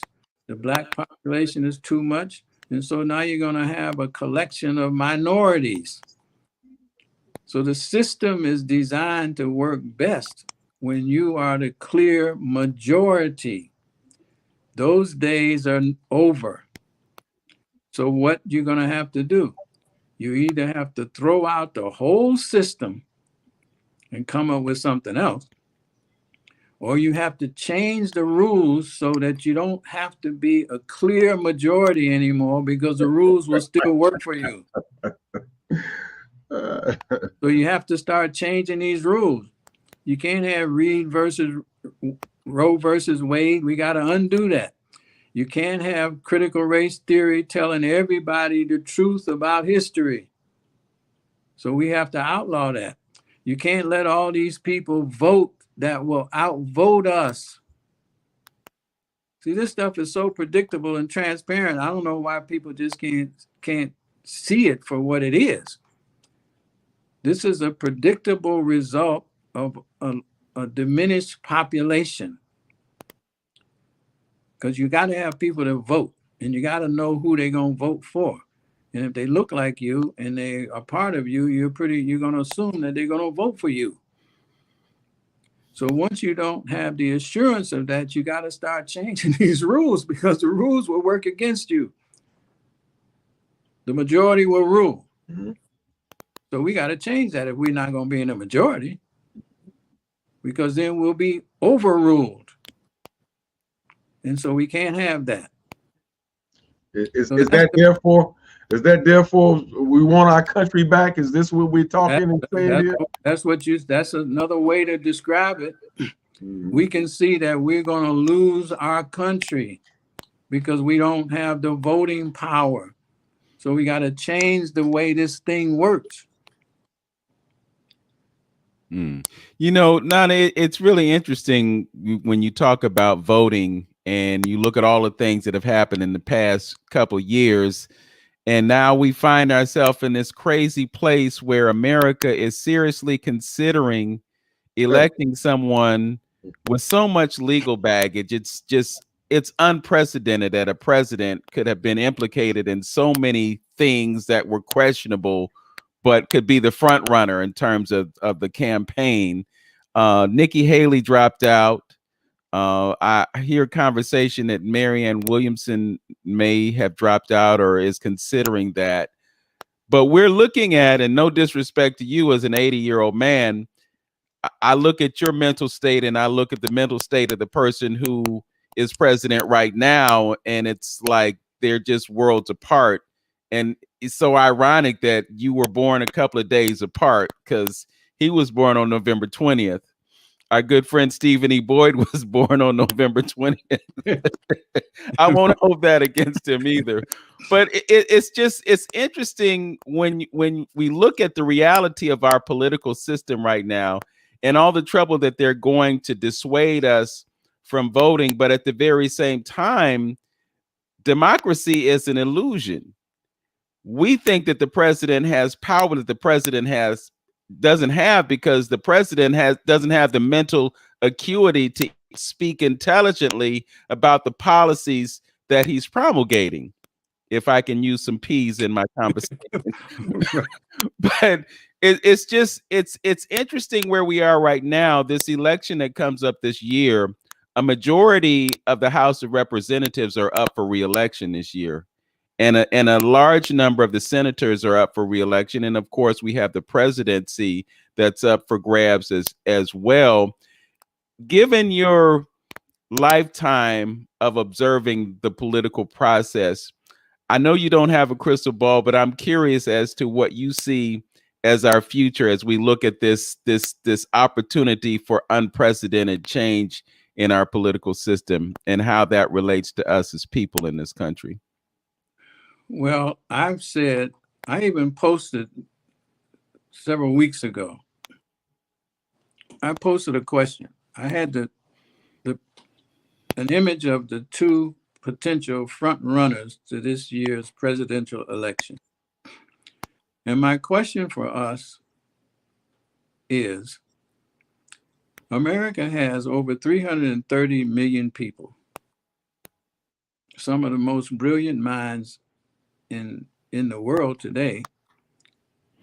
I mean, Pulitzer Prize winners, achievement awards of all kinds. And what does it say about this society that these two people could be the best possible candidates that we could put forth to become the leaders of the free world. It says something about the society itself. 330 million people. These are the two best people we could find. See, China would not do that. Other places where you are concerned about your culture and the perpetuation of your society, you would not put in the hands of two people that are clearly compromised. Who would do that? Unless their position that they're going to occupy in the whole scheme of things is not that important. Maybe they're just there for us, the populace. But in terms of the actual operation of the company, maybe they're just a figurehead, and it doesn't really matter who they are, because there's got to be other people that are more capable out of all these people. 330 something million people. There's got to be people that are more capable. So it suggests to me that maybe they're not as relevant as we are led to believe, which is the point that you're making. Maybe they're not as relevant, or maybe we shouldn't consider them as relevant. So I think it goes back to, I have another analogy. What does left wing and right wing imply? It has the notion of some kind of characterization of a bird. If you have a left wing and a right wing on a plane or a bird, don't you see that both of those wings are part of the same bird? They're working together. These wings are working in concert. One's on the left, one's on the right. Far left is just the tip of the wing on the left. The far right is the tip of the wing on the right. But you can't tell me, and history shows us, that these two wings have never served our interest. Whichever one happened to be the rudder, or we are turning the plane hasn't gone anywhere that has benefited us. We've still been on that same plane. That same plane has landed and we've been in the same position. So part of me says we can't get too preoccupied with what's going to happen with the structure. We've got to be preoccupied by what are we going to do, depending on, we're going to keep coping no matter what the circumstances are. That's what we've done since 1619 and before. We've been trying to figure out, what are we going to do given that they do this? If they change this rule, what are we going to do? If they make a new provision, what are we going to do? If they take away this, what are we going to do? That's all we've been doing for 400 years. Reactionary. We've just been saying we're gonna just do what we got to do. That's what we say. But I say, if we focus on not doing what we have to do, but doing what we want to do, then we won't be reacting to everything. I actually think now if we will be fine if we can just stay out of the way of the things that are being planned for our demise.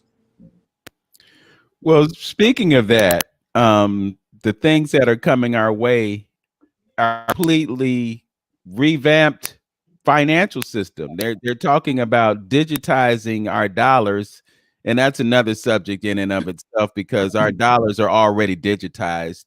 money is an illusion. I was thinking earlier when we were talking about the IMF and the debts owed by African countries and all of that. The money that is owed is money that does not exist because it's not backed by anything. It's just a ledger system. Right. They could wipe away all of that debt with sure. with a single keystroke, and it wouldn't exist anymore. So it's something that just exists in our minds. We take out mortgages on our houses. You buy a house, you don't walk into the bank with $20,000. You write a piece of paper, it's a check, or you might do an electronic transaction, but the money never changes hands because it doesn't exist. It's someone in the chat earlier said, I think it was Medusa Sunshine, she said it was all smoke and mirrors, and that's exactly what it is. So all this debt that is owed to European countries by African countries, it doesn't exist. And I guess the question in my mind is, when are those leaders going to wake up and understand that, as you pointed out, they have the goods. We have the goods. We've got the coltan. We've got the cobalt. We've got all the things that are necessary to make all the things that make this world work. And when we wake up and say, okay, well, you're not getting it for free anymore. I think you're right, and I think we're coming closer to the precipice of that.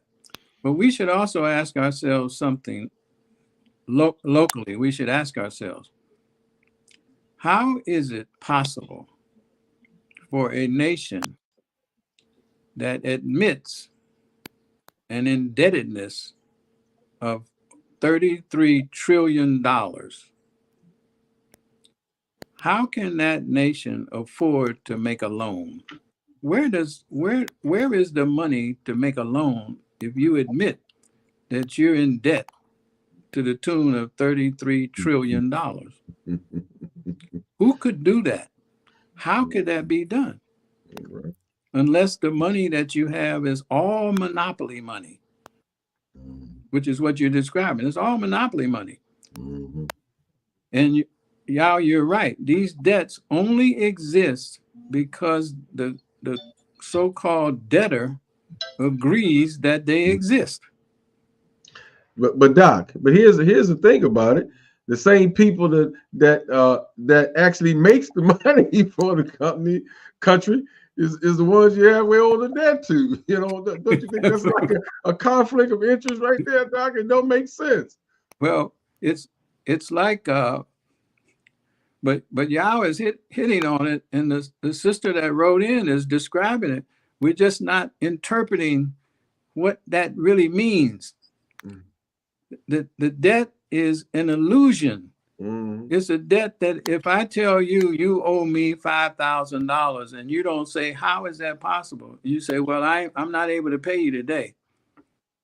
The cartoon always had that on one of the Disney cartoons. Say, well, I can't pay you today, but I'd be happy to pay you on Tuesday. Yeah. But you don't ask, well, how do I owe you $5,000?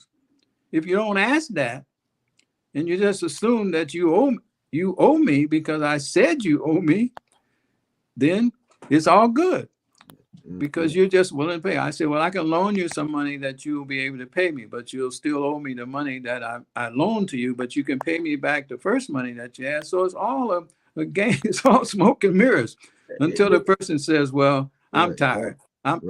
This is where I get off. I'm not going to pay you. So what are you going to do? You're going to repossess what? You didn't give me anything. So you're going to repossess what? You're going to sanction me, and then what? Right. You're going to say I can't do something, and then what?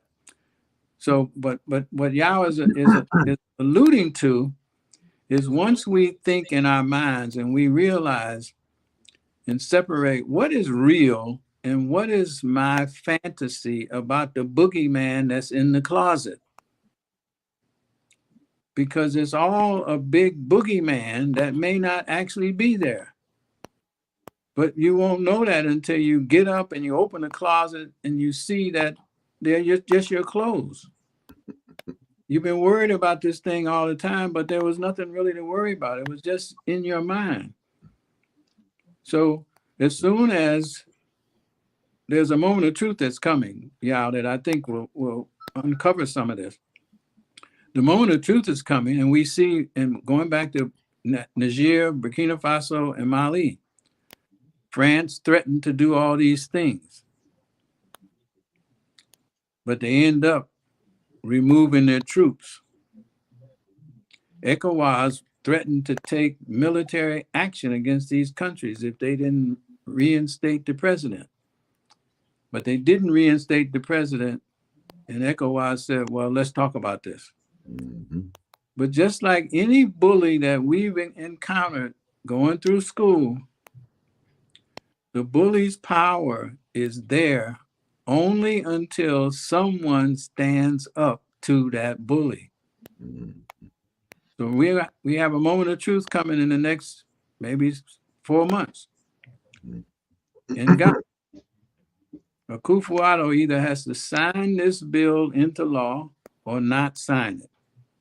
Mhm. The U.S. is threatening to remove loans if the bill is signed. The parliament is threatening to override the veto, and they have the numbers if it isn't signed.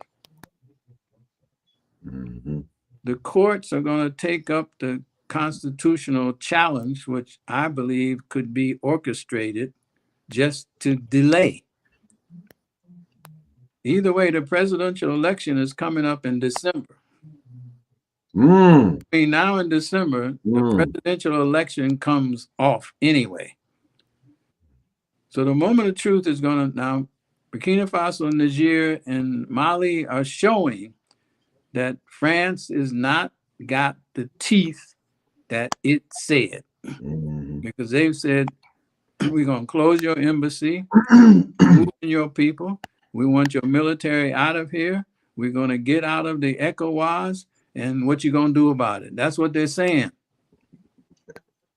Russia is giving us military to Burkina Faso, so we got Russian military that's going to help protect. We've taken control of our borders, which the France said that they were doing for 20 years, but they never did it. So we've done it in 3 or 4 weeks. So the moment of truth that you're talking about, the waking up, is the wake up calls are coming. Mhm. South Africa's making statements. Zimbabwe's making statements. Mhm. Uganda's making statements. So the bluff is being called, and the assassination attempts so far have not been successful. Wow. So this stuff is coming to a head. The momentum is building. And so in the next 6 months, we're going to know things. You That know, point let to me say one thing. One thing quick. What you're saying, it really brings me to, we got to bring in one of our greats, and I know you appreciate him as well, Dr. Amos Wilson. Oh, for sure. Yeah, and it reminds me of what he said, and I see that what's going on, because the reason people is able to do what they do to you, or to us as a group, because we are the way we are. And Dr. Amos Wilson said, change the way you are, then you don't have to worry about somebody else. He says, we worried about the white man and try to figure out him and what he's doing in his Federal Reserve and all this other thing. He also said, change your value system, the things that you value.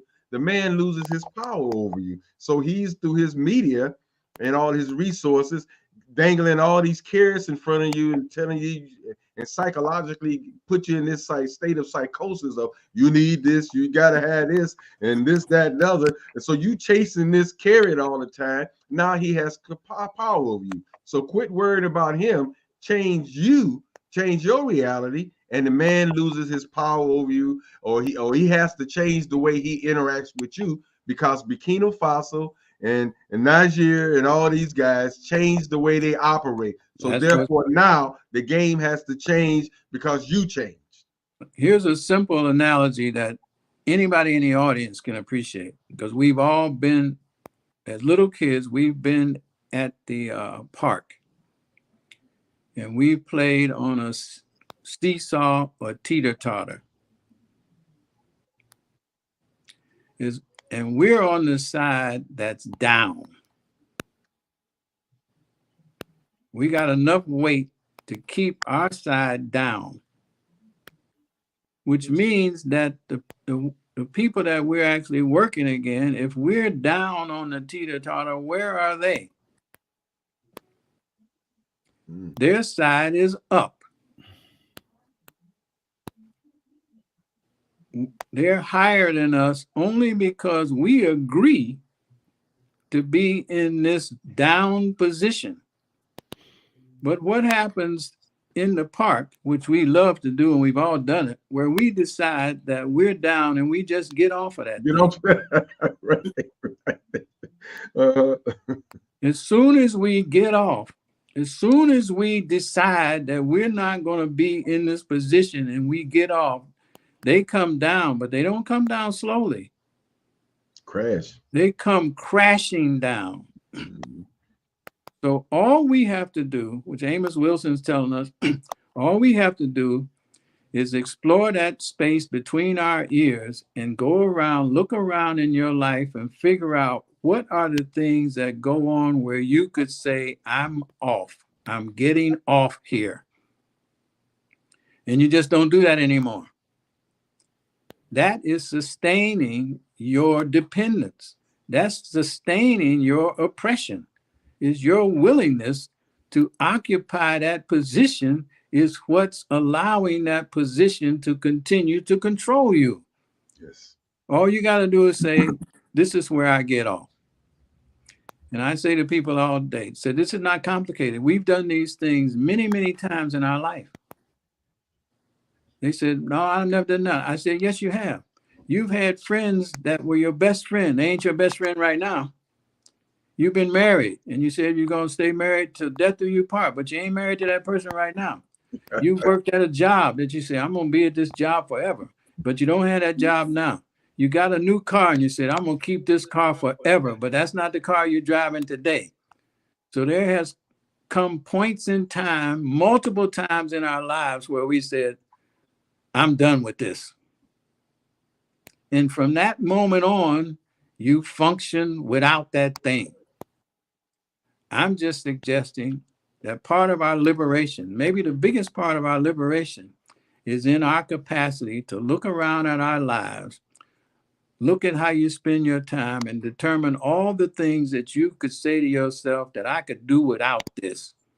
Because everything you have, everything we do fuels the people that control us.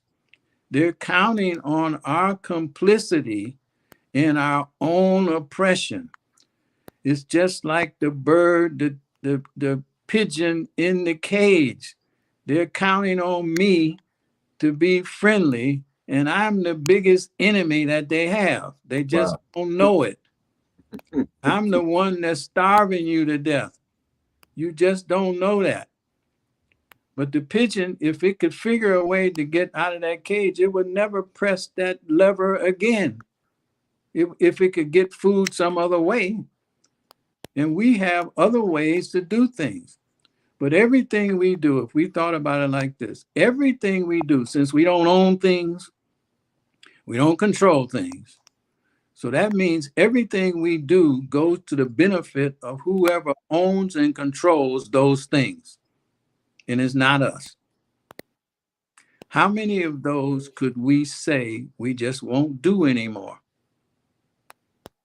Because anything that we stop doing is affecting the people that are controlling us.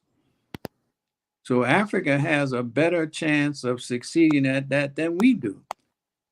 Because Ghana could simply say, well, if you won't give us a loan, we're going to stop you from mining the gold that's in the soil. That's all we're going to do.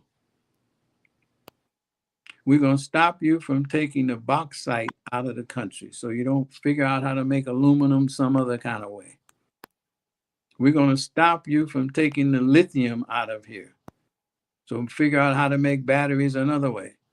And we'll try to struggle and find someone else that can make batteries out of lithium, that can mine gold. We can find other people to do this. And I'm thinking, I'm believing, I'm praying and hoping that a lot of the people that Africa could be looking at and depending on to replace these people are us. We have the capacity to do all kinds of things that other people are doing right now. If we were ready, if we weren't afraid. I had someone tell me, she said, I really would like to visit Ghana, but I'm afraid of flying.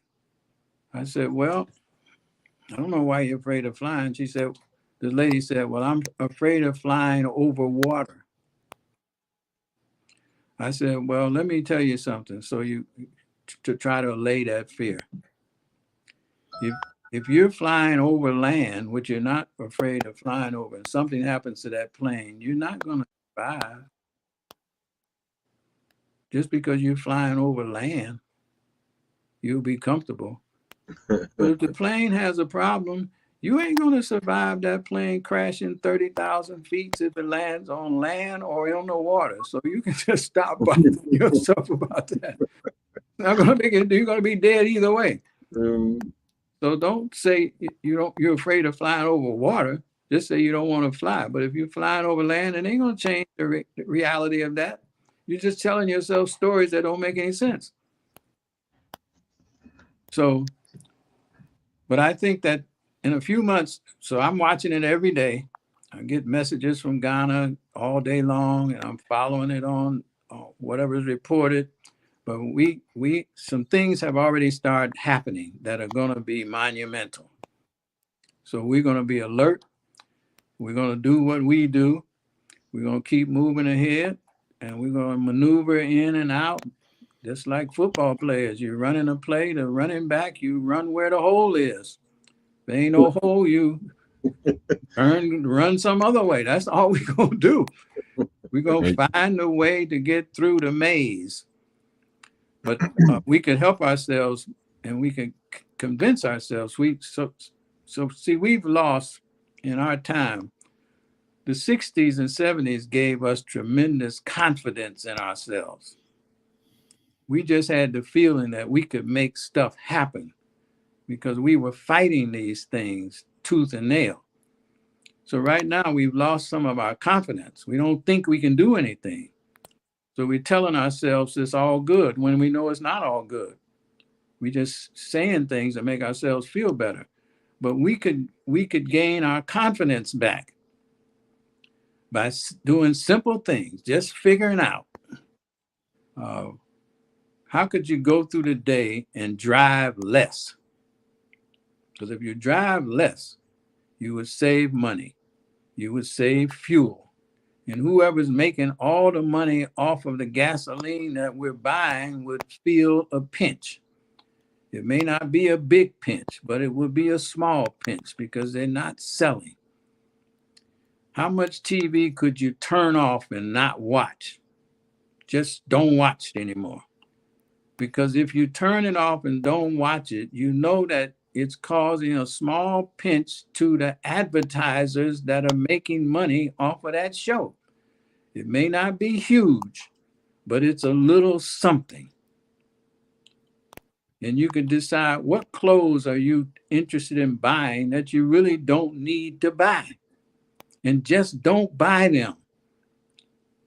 It may not be a big revolution, but the people that sell them things are going to feel a small pinch because you're not buying it. The food that you need, the entertainment that you do, you don't need to spend all this money. Yes. It won't be a revolution, but it will be a small thing that you know is going to create a small pinch. Bus boycott. Enough pinches, somebody says, ouch. Yeah. Enough pinches, somebody says, ouch. And we see it all the time. Bus boycott. Bus boycott. Look at the momentum that has shifted the sentiments about Israel and Gaza. And if we were thinking logically and analytically, how can we justify, how can a nation justify that is supporting a country that's engaged in a war. You're the main supplier of the war machinery.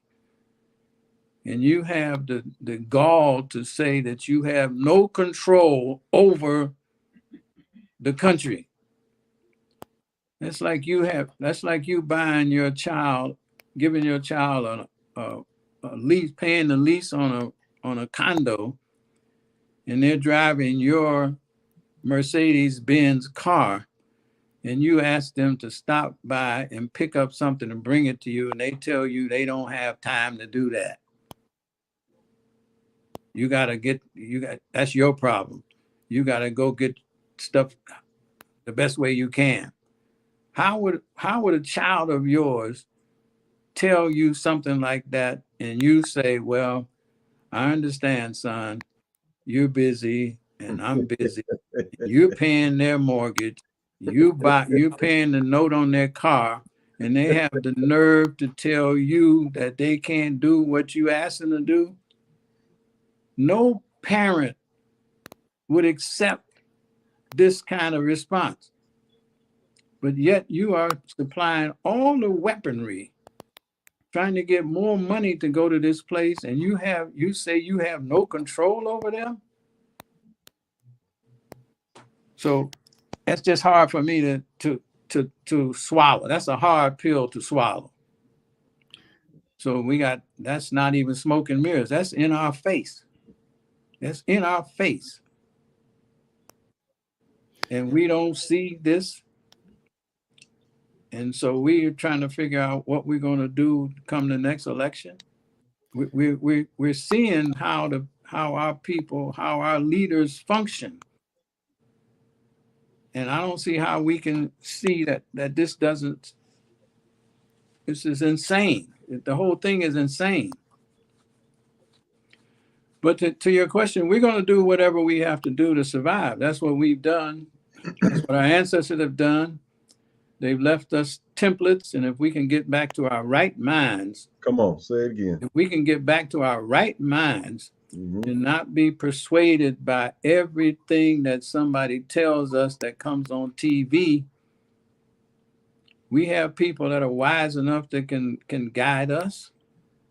Our people are not all crazy. We can look objectively at things and say, this ain't going to work, and do something else. And so we'll keep doing it. And we have enough people that are trying. We have enough people collectively that are trying. As we coalesce and circumstances develop that might make the picture clearer, we'll keep pushing at it. We'll try to keep telling people, students, look, don't be crazy. Let me tell you something. The Chinese, I presented it in school the other day. 2013, there was a educational, as a matter of fact, I said it when Chica and Tony Browder were here. I just presented it to the students the other day. 2013, China concluded, based on research and comparatives, that their third grade students were slipping and they no longer outperformed Western high school seniors. They declared a national emergency, fired the Minister of Education, because in their mind, if their third grade students can't outperform Western high school seniors, it's a serious national calamity.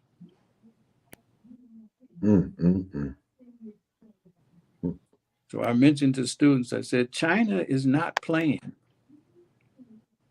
When you go to school in China, they want an 8-year-old to perform better than an 18-year-old Western student that's been having fun.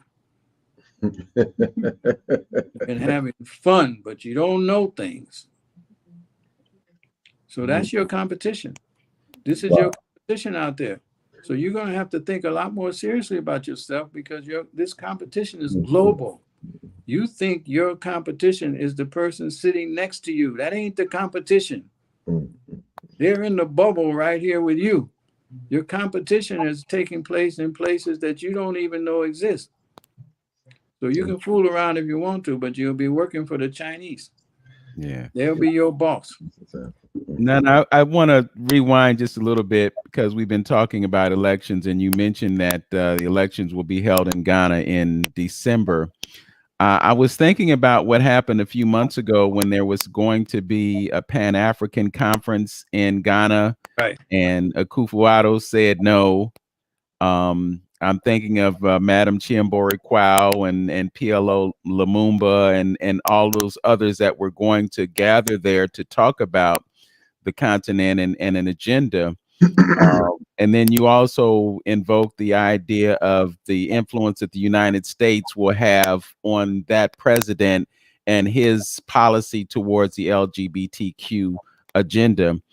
I know you again don't have a crystal ball, but what do you see happening in that country as the people of that country perhaps push back on some of the things that their leader is pushing on them?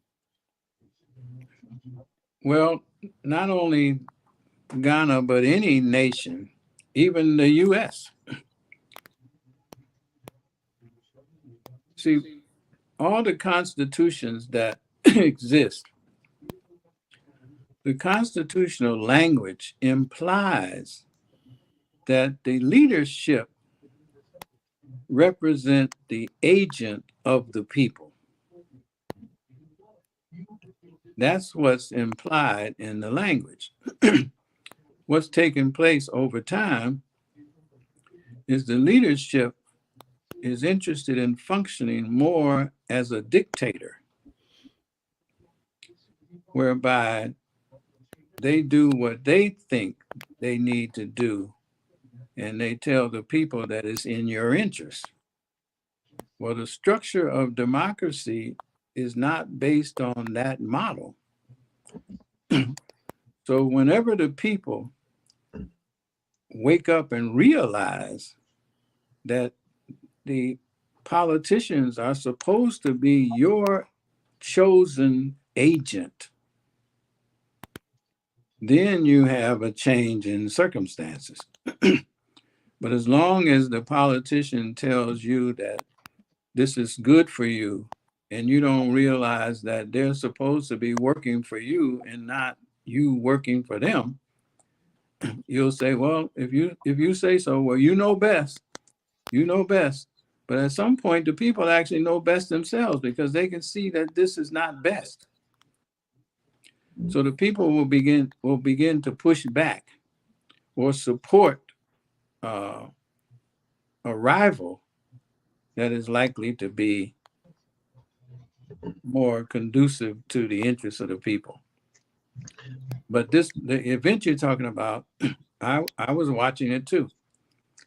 What happened, the technicality, the people, the group that was putting on the event, since it was going to take place near Kwame Nkrumah's circle, they had to take out a petition for the use of the space, which is not uncommon and it's customary. If you're going to have a big gathering like that in a public place, you have to get a permission. You have to get a permit. So they applied for the permit. They received the permit, but the permit indicated that the gathering was going to be around a celebration of culture, and guests were invited from various places: Chiambori Quao, PLO Lumumba, Malema from South Africa, and another person from Nigeria. Well, once it got close enough to the event, it became clear that the event was actually a political rally to announce the presidency of a third party candidate. So, that being the case, it meant technically that the application for the event was not accurate. It wasn't forthright. So, and if you're going to have a political event, political events require more security than the event that they were just allegedly applying for. So once they found out that it was a political event where the announcement of a third candidate was going to be made, they could cancel the event on the technicality that the application was fraudulent. So that's why the event was canceled. That may not be the only reason it was canceled, but that was the stated reason that they couldn't argue with. So it's like the event organizers shot themselves in the foot by not putting forth the proper application. Of course, it didn't help that it was an opposition candidate. No, that fueled it more. Right, for sure. So once you had the application that you can hold up and say, well, this wasn't true, that wasn't true, we would have had more security.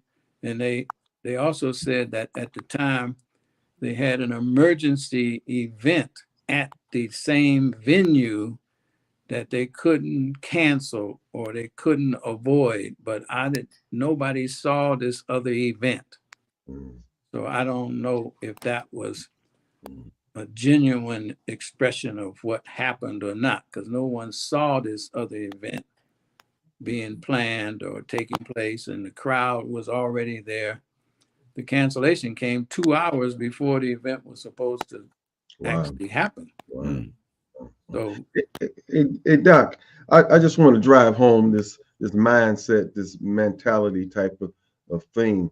Because when we was talking about, the schools, and I seen that, that Japanese little piece as well, and it drove home something that really just got seated in me that I be talking about, and how this brainwashing thing has us in this complacency and limited thinking.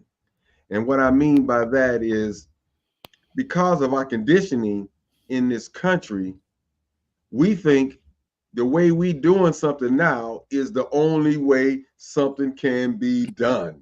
You know what I mean? That who says that you have to go 4 years to understand something about an eyeball? Who put those parameters up there and say this is the way? And I think Black folks, especially, because it's detrimental to us, to have this narrow tunnel vision that they have placed in our mindset in believing that this is the only way something can be done. And so, and being Black folks the way they are, so spiritual, so creative into doing something, if they have the freedoms and the ability and the facilities to do it, we would come with a creative way of doing something.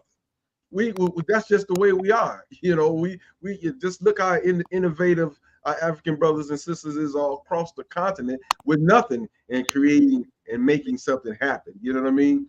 So yeah, I think that that we fall into this little limited thinking type of way that the system has put it and placed it into this whole way of doing things, and we stay right there. We stay stuck right there.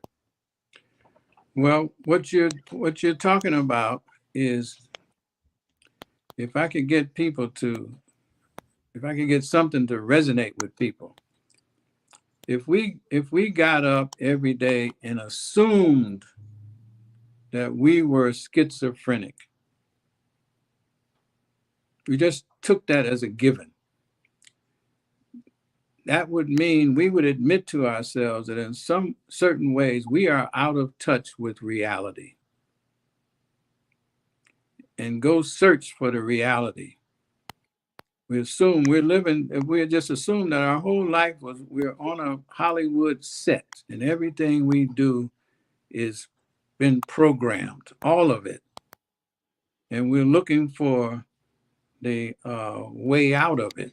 Like the movie, I can't call the name of the movie now, where the comedian that was on Saturday Night Live was born, and his whole life was on TV.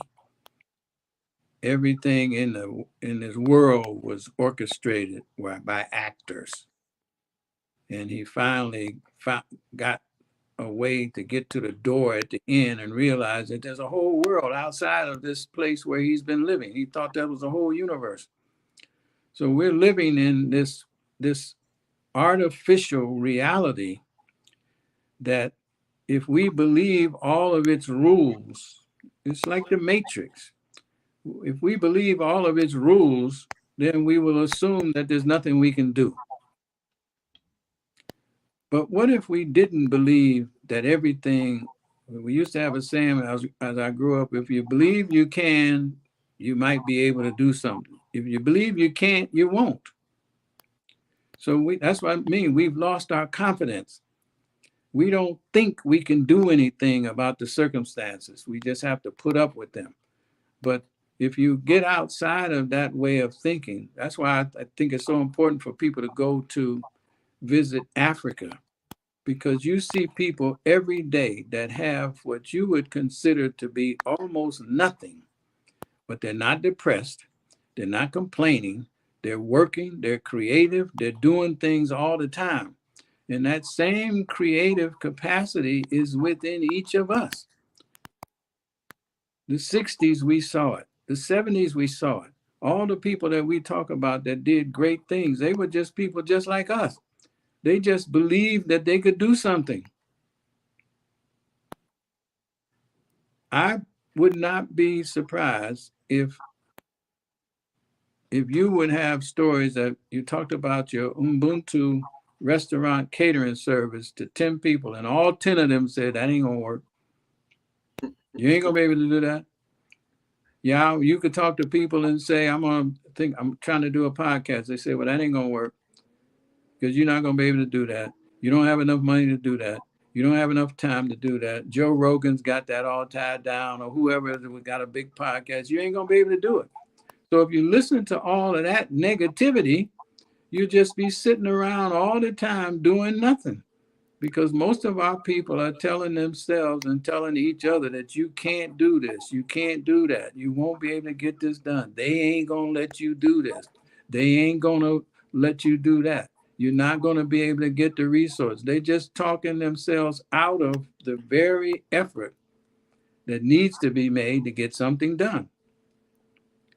So that's why I say we've lost our confidence. But all of our people that are alive, the DNA of our ancestors have been passed on for eons, and now it's in all the people that are walking around every day. So whatever has been done is capable of being redone and replicated by you. You got the same DNA that allowed the people to do it before. Good point. Yes. Then we act surprised. Here's the thing that tickles me. We act surprised that LeBron James' sons can play basketball. Ain't that amazing? Carmelo Anthony's son can play basketball. Wow. Derrick Rose's son can play basketball. Wow. But why does that surprise you? The DNA that allowed them to do that has been passed on to these people so they can do it too. So the DNA from our ancestors, Mansa Musa, you mean ain't none of us got Mansa Musa's DNA? It's been passed on. People are sitting with that DNA. The difference is you're just sitting around saying, woe is me.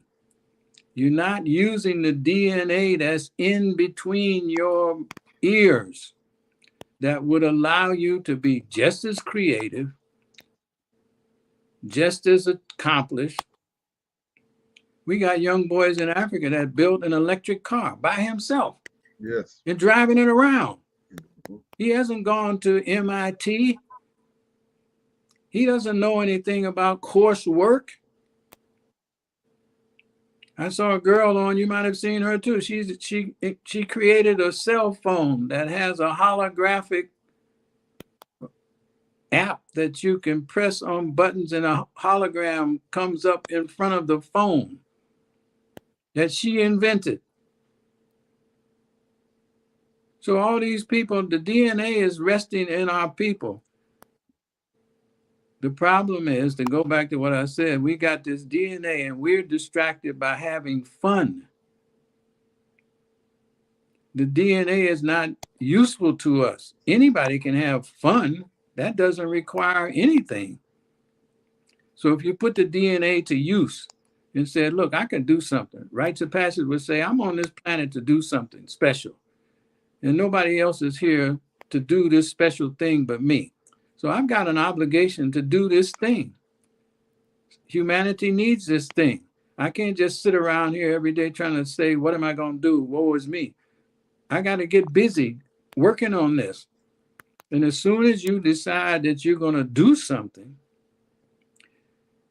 it doesn't amaze you that you begin to Universe. get busy. Mm-hmm. And the universe shows you things that you hadn't seen before. And the internet does this too, from the algorithms. It mimics the universe in this sense. As soon as the algorithm starts to get an idea of something you like, it shows you pop-ups that are similar to the thing that you're looking for. Mm-hmm.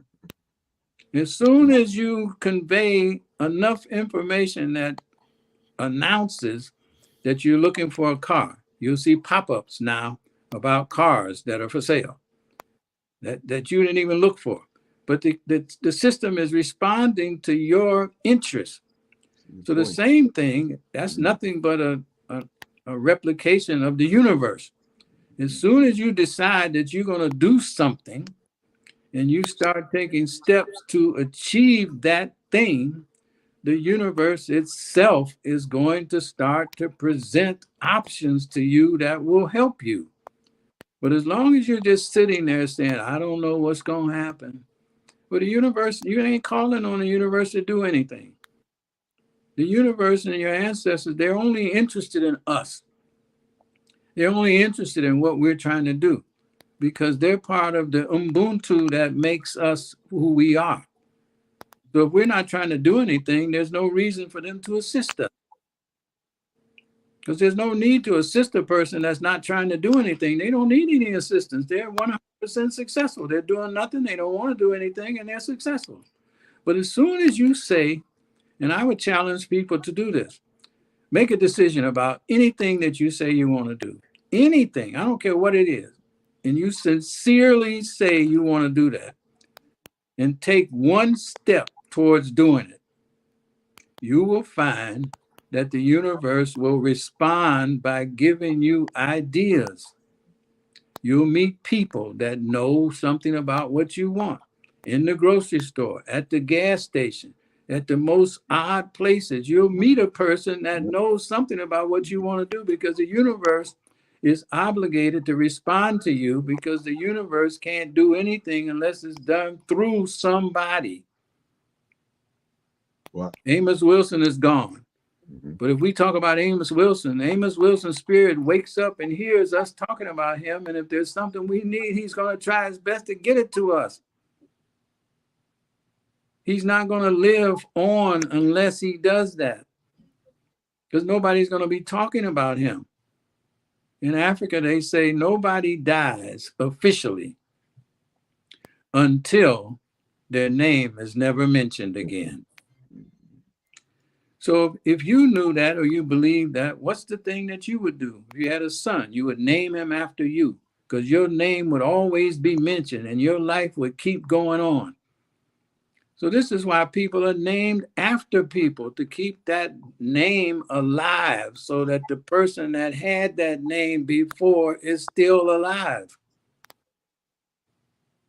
So all these people are working on our behalf, provided we're giving them something to do. Wow. That was good. Well, look, think about this practically. We have a religion that has a phrase, as above, so below, right? Yeah. So we say, well, what does that mean? That means whatever we do on earth, that's the configuration above too. How many people do you help that don't ask you for help? Quite a bit. I mean, people that you see every day. You don't help the people that you see. No, if they ain't asking for anything, you don't right do nothing. Yeah, most times. You don't know people that you see sitting on a park bench Right. doing nothing. Mm-hmm. If you help somebody, it's because you see what they're trying to do. You see the energy they're putting in it, and you say you could help them. There's no reason to help a person that's not trying to do something. They don't need help. But once somebody asks you for help, then you can evaluate whether that help will be beneficial or you can do anything. That's also culturally why when you go to Africa and you go to a village, the first thing they ask you is, what is your mission? They want to know what help you need and whether or not they have the capacity to help you. Because if they don't have the capacity to help you, the best thing they can do is refer you to somebody that they think can help you. So if you have no mission, there's no reason for you to be on earth. If you have a mission and you're working on a mission, see, all of us have a mission. You're trying to do something. You're trying to get something done. So the universe is always going to be assisting you because you're engaged in the mission. Once you stop, if you say, well, I'm tired, I'm not going to do anything else anymore, then the universe doesn't have to respond to you. You can be scratched off the list because you're not attempting anything. You don't need help. So we got people that want help that aren't doing anything. You don't need help. You have to first establish the fact that you are attempting to do something. Then you can qualify for assistance. If you're not trying to do anything, you don't need help. You got that taken care of. The universe is just like us. That's what I take from as above, so below. Down here, we act just like the universe to each other. You call me, you say, I need something. If I got it, you know you got it. If I call you and say, could you do this? If you can do it, you're going to do it. I know you're going to do it. I know that before I even call you. You know that before you call me. That's the relationship that we have with our ancestors too. If we need something, our ancestors are going to come. Unless we're just playing games. If we're serious, the ancestors are going to come. So I would tell people, the best way to get moving is to decide something that you're going to do. Figure out, why were you born? Think about it. Why were you born? Why are you sucking up air if you're not doing anything? Why are you taking up Uh-oh. Did we lose that? Oh, there we go. Okay. existence if all you're doing is complaining about things? Do something. Try to fix what you're complaining about. Okay. His phone may be going on. Yeah, it could be that the battery is losing its Yeah. life. It probably was not connected to a power supply. But Yeah, for sure. Brother Antonio, we've gotten some serious wisdom today. Absolutely. Absolutely. Absolutely. Yeah. Yeah, I'm glad he said it because I mean, man, it's what I've been preaching for the longest. You get plugged up, Doc. I think my call interrupted our program. I got to Zoom. Oh, okay. Yeah. Okay. Well, We can Nana, we we can we wrap it up. Mm-hmm. we know that you're in demand, and I think you might have a Zoom to get to, but I really want to sincerely thank you for your time today. As I was just sharing with Brother Antonio, we've learned so much, and I really do hope that people will take the time to watch this video after it posts. You know, we could waste our time watching mindless videos on YouTube, or we can tune into things that have an ability to give us the education that we need to be successful in life. We look forward to being with you next Saturday. Peace and blessings. Peace and blessings.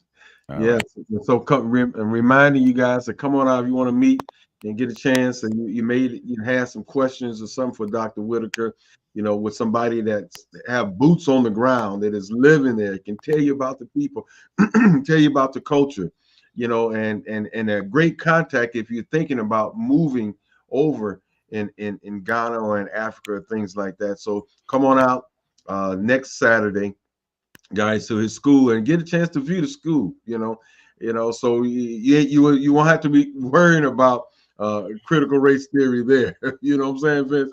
You don't have to worry Absolutely. about that. So come on out and see the school. It's a beautiful school, it's a good environment for your children.